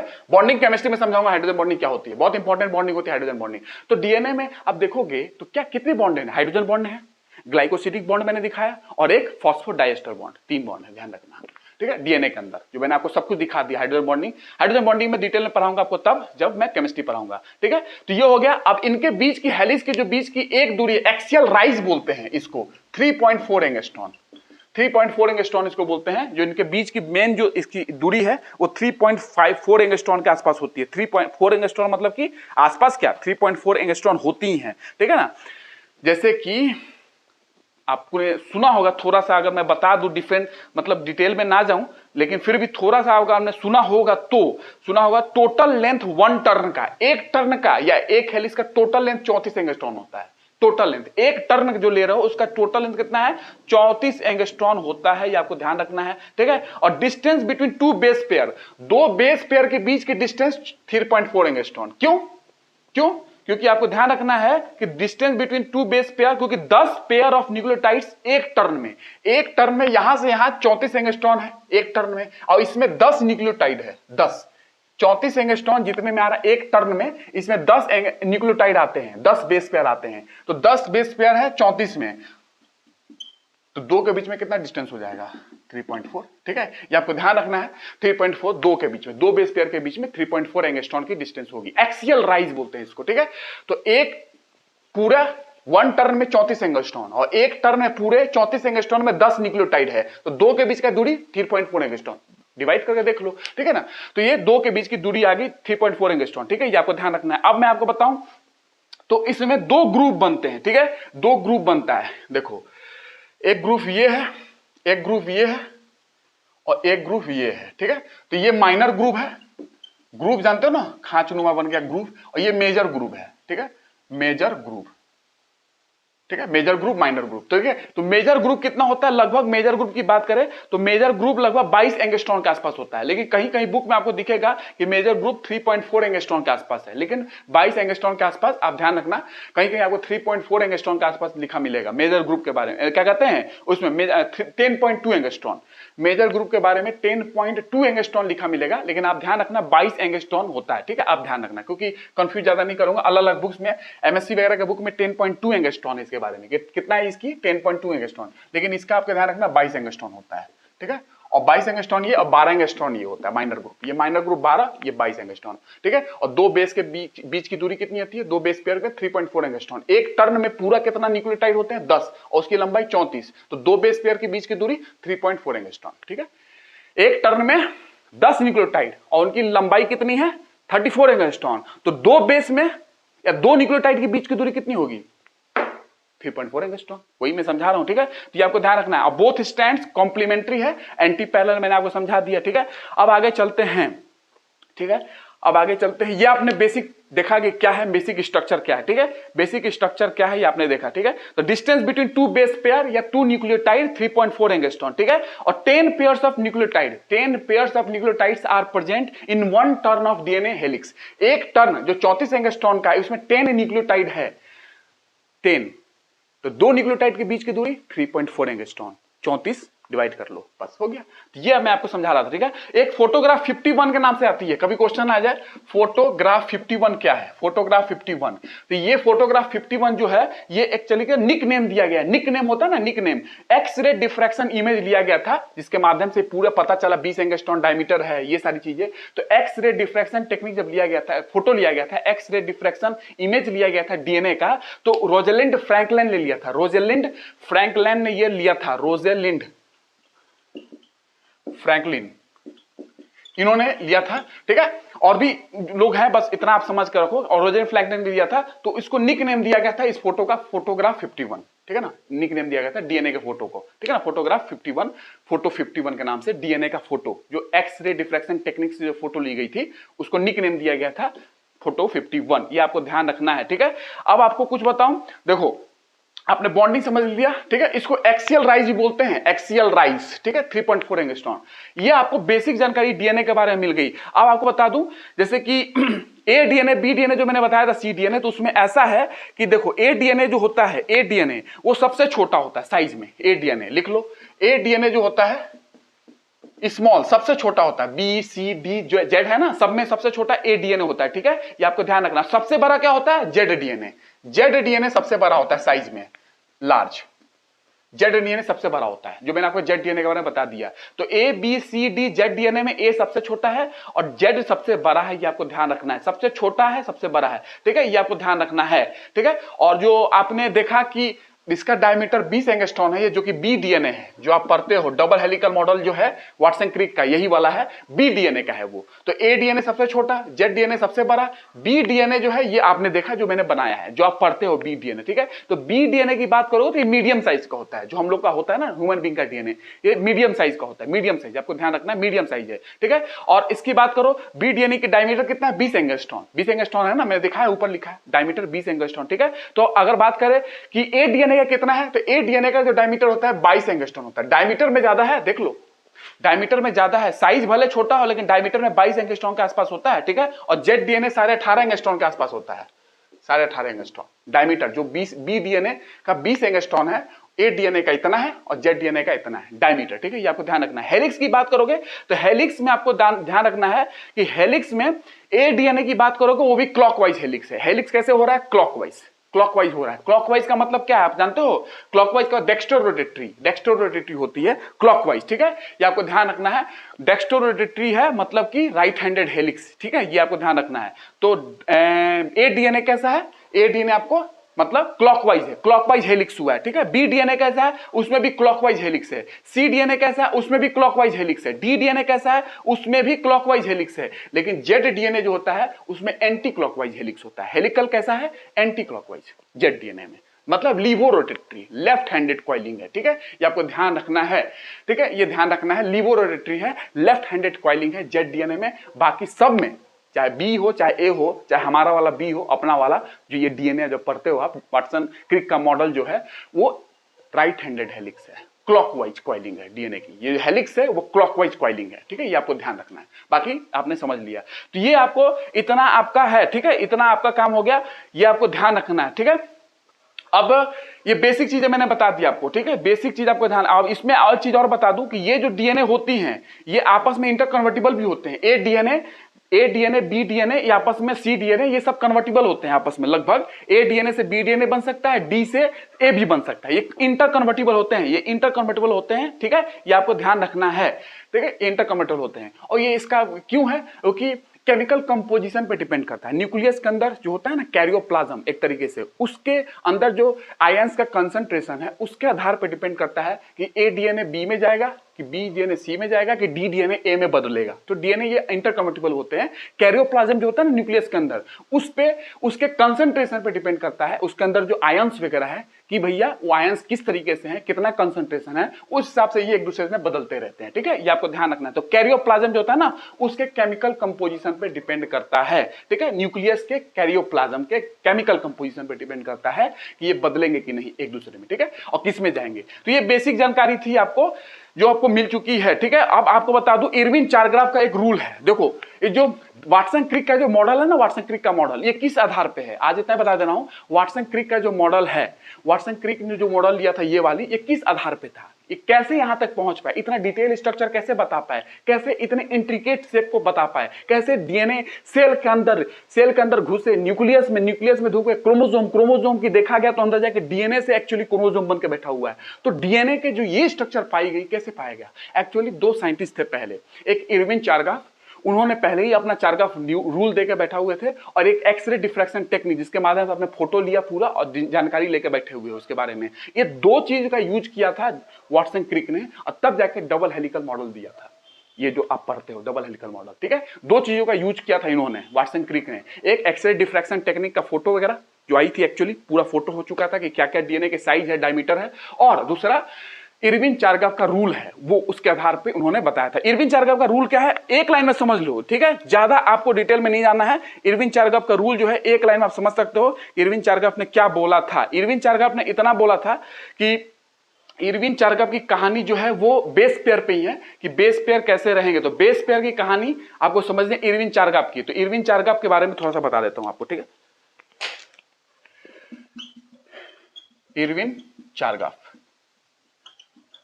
ठीक है, इन्होंने कुछ बताया था इरविन चारग्राफ ने। इरविन चारग्राफ की कहानी आपसे मैं शेयर करता हूं, ठीक है, इरविन चारग्राफ के बारे में, ठीक है। तो इरविन चारग्राफ ने क्या बोला था, इरविन चारग्राफ ने बोला था कि जो बेस पेयर होते हैं हमारे पास, एटीसीजी जो आप जानते हो, एटीसीजी, ये बेस पेयर जो होते हैं ये एक्चुअली कैसा होता है, डबल स्टैंडर्ड डीएनए में जो होता है बेस पेयर, जो amount of thymine amount of adenine के बराबर होगा, तो ए टी के बराबर होगा, और amount of guanine amount of cytosine के बराबर होगा। तो ए टी के बराबर होगा और जी सी के बराबर होगा। यही बताया था उन्होंने इरविन चारग्राफ ने। ये आपको ध्यान रखना है कि इरविन चारग्राफ ने बताया था कि डबल स्टैंडर्ड डीएनए को देखोगे तो ए जो है वो टी के बराबर होगा और जी जो है वो सी के बराबर होगा। तो अमाउंट जो है दोनों का ऐसे बराबर होगा, ठीक है। और ए प्लस जी अगर करोगे, ए प्लस जी रेशियो लोगे और ए प्लस जी का रेशियो लोगे, और टी प्लस सी वो 1 आएगा, कांस्टेंट एक तरीके से समझ सकते हो। तो ए प्लस जी एडेनिन गुआनिन और साइटोसिन एडेनिन थाइमिन, एक्चुअली ये ए प्लस जी है ना, हाँ जी लिखा हूं, adenine guanine upon thymine plus cytosine का जो रेशियो होगा वो 1 होगा। ये आपको ध्यान रखना है, 1 होगा, ये आपको ध्यान रखना है। जैसे ह्यूमन बीइंग की बात करूं तो ह्यूमन बीइंग में ratio of A plus T upon G plus C, A plus T है ना, ये ए प्लस टी, ये जी प्लस, ये मैं वही बोल रहा था कि क्या है, ए प्लस टी और जी प्लस सी का रेशियो जो होता है किसी भी एक स्पीसीज के लिए कांस्टेंट होगा। ए plus T upon G plus सी किसी भी एक स्पीसीज के लिए, ह्यूमन बीइंग ले लो, हम स्पीसीज है, सैपियन हम बोलते हैं, किसी भी स्पीसीज के लिए ये रेशियो कांस्टेंट होगा। कितना होगा, मैं से अगर ह्यूमन बीइंग का ले लोगे तो उसके लिए 1.52 के आसपास होता है, ठीक है, ह्यूमन बीइंग के लिए ये रेशियो कांस्टेंट होता है। ये इसने बताया, उन्होंने बताया ये रेशियो कांस्टेंट होता है, ठीक है। ई कोलाई बैक्टीरिया का ले लो, ई कोलाई बैक्टीरिया के लिए भी उसकी स्पीसीज है वो, तो उसकी स्पीसीज के लिए कांस्टेंट होगा 0.97 होता है। तो ए plus T upon G plus सी का जो रेशियो है वो कांस्टेंट होगा, इन्होंने बताया। ये आपको ध्यान रखना है, वो कांस्टेंट होता है, ठीक है। ये रेशियो हमेशा कांस्टेंट मिलेगा, ये आपको ध्यान रखना है।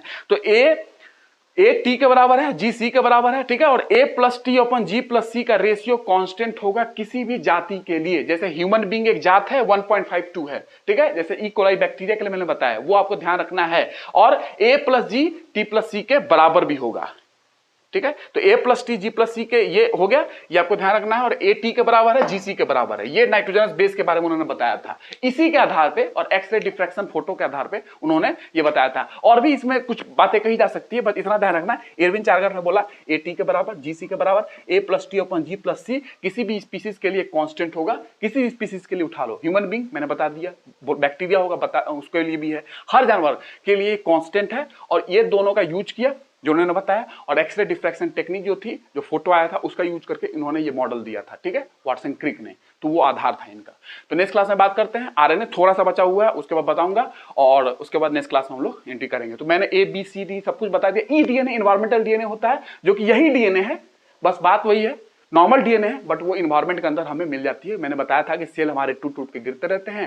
इन्वायरमेंट चाहे गाय हो, भैंस हो, कुत्ता हो, बिल्ली हो, बाघ हो, शेर हो, इन्वायरमेंट में है, उनके फर वगैरह मिल जाते हैं, उनके सलाइवा वगैरह है उनके एक्सक्रीटा वगैरह है। इन चीजों से आप सेल निकाल के उसमें से डीएनए एक्सट्रैक्ट कर सकते हो, तो इन्वायरमेंटल डीएनए है। तो हम इससे पता कर सकते हैं कि बायोडाइवर्सिटी कंजर्वेशन की बात कर सकते हैं, उस रीजन में कौन सी स्पीसीज लाई कर रही है, कौन सी स्पीसीज है, कौन सा जानवर है, हम उस डीएनए से पता कर सकते हैं। तो उसको इन्वायरमेंटल डीएनए बोलते हैं, क्योंकि इन्वायरमेंट में वो मिल जाता है। नॉर्मली एयर में भी फ्लोट करते हुए मिल सकता है वो, ठीक है ना, एयर में भी फ्लोट करते हुए मिल सकता है, ठीक है। तो ये और नॉर्मल आपको नॉर्मल मिल सकता है। मैंने बताया था आपको कि हमारी सेल भी टूटते रहती है, हर दिन सेल टूटती है। और इसलिए गद्दा, नया गद्दा कुछ समय बाद 10 साल 4 साल बाद 5 साल बाद आप देखोगे तो भारी हो जाता है, क्योंकि हमारी सेल पर डे टूट टूट के गिरती रहती है। इसीलिए एक नॉर्मल हमको गद्दे को बदलते रहना चाहिए, ठीक है, फ्रीक्वेंटली एक समय के बाद गद्दा बदल देना चाहिए, ठीक है। तो वो सेल है, तो सेल के अंदर न्यूक्लियस होगा, न्यूक्लियस के अंदर डीएनए होगा, डीएनए होगा, जाहिर सी बात है। तो हम ऐसे इन्वायरमेंटल डीएनए को एक्सट्रैक्ट कर सकते हैं और बायोडाइवर्सिटी कंजर्वेशन यूज करते हैं। इन्वायरमेंट इकोलॉजी में बात करूंगा आगे चल के, यही होगा, यही डीएनए है, बट हमको इन्वायरमेंट में मिल जा रहा है, चाहे वो सेल के रूप में टूटा हुआ मिल जाए, चाहे वो फर के रूप में हो, फर वगैरह हो जाते हैं वो हो गया, चाहे एक्सक्रीटा हो, चाहे सलाइवा हो, चाहे ब्रीथ के रूप में हो, जो ब्रीदिंग करते हैं उससे भी मिल सकती है हमको। तो ये सारी चीजें है, बाकी डिटेल में अभी नहीं जा रहा हूँ। ई डीएनए के बारे में कैसे उसकी साइंटिस्ट ने कहाँ यूज किया, मरीन ऑर्गेनिज्म के लिए कैसे यूज किया जा रहा था, वो बात की बात करेंगे, बट आपको बेसिक पता चल चुका होगा, ठीक है। तो नेक्स्ट क्लास में बात करते हैं। Thank you.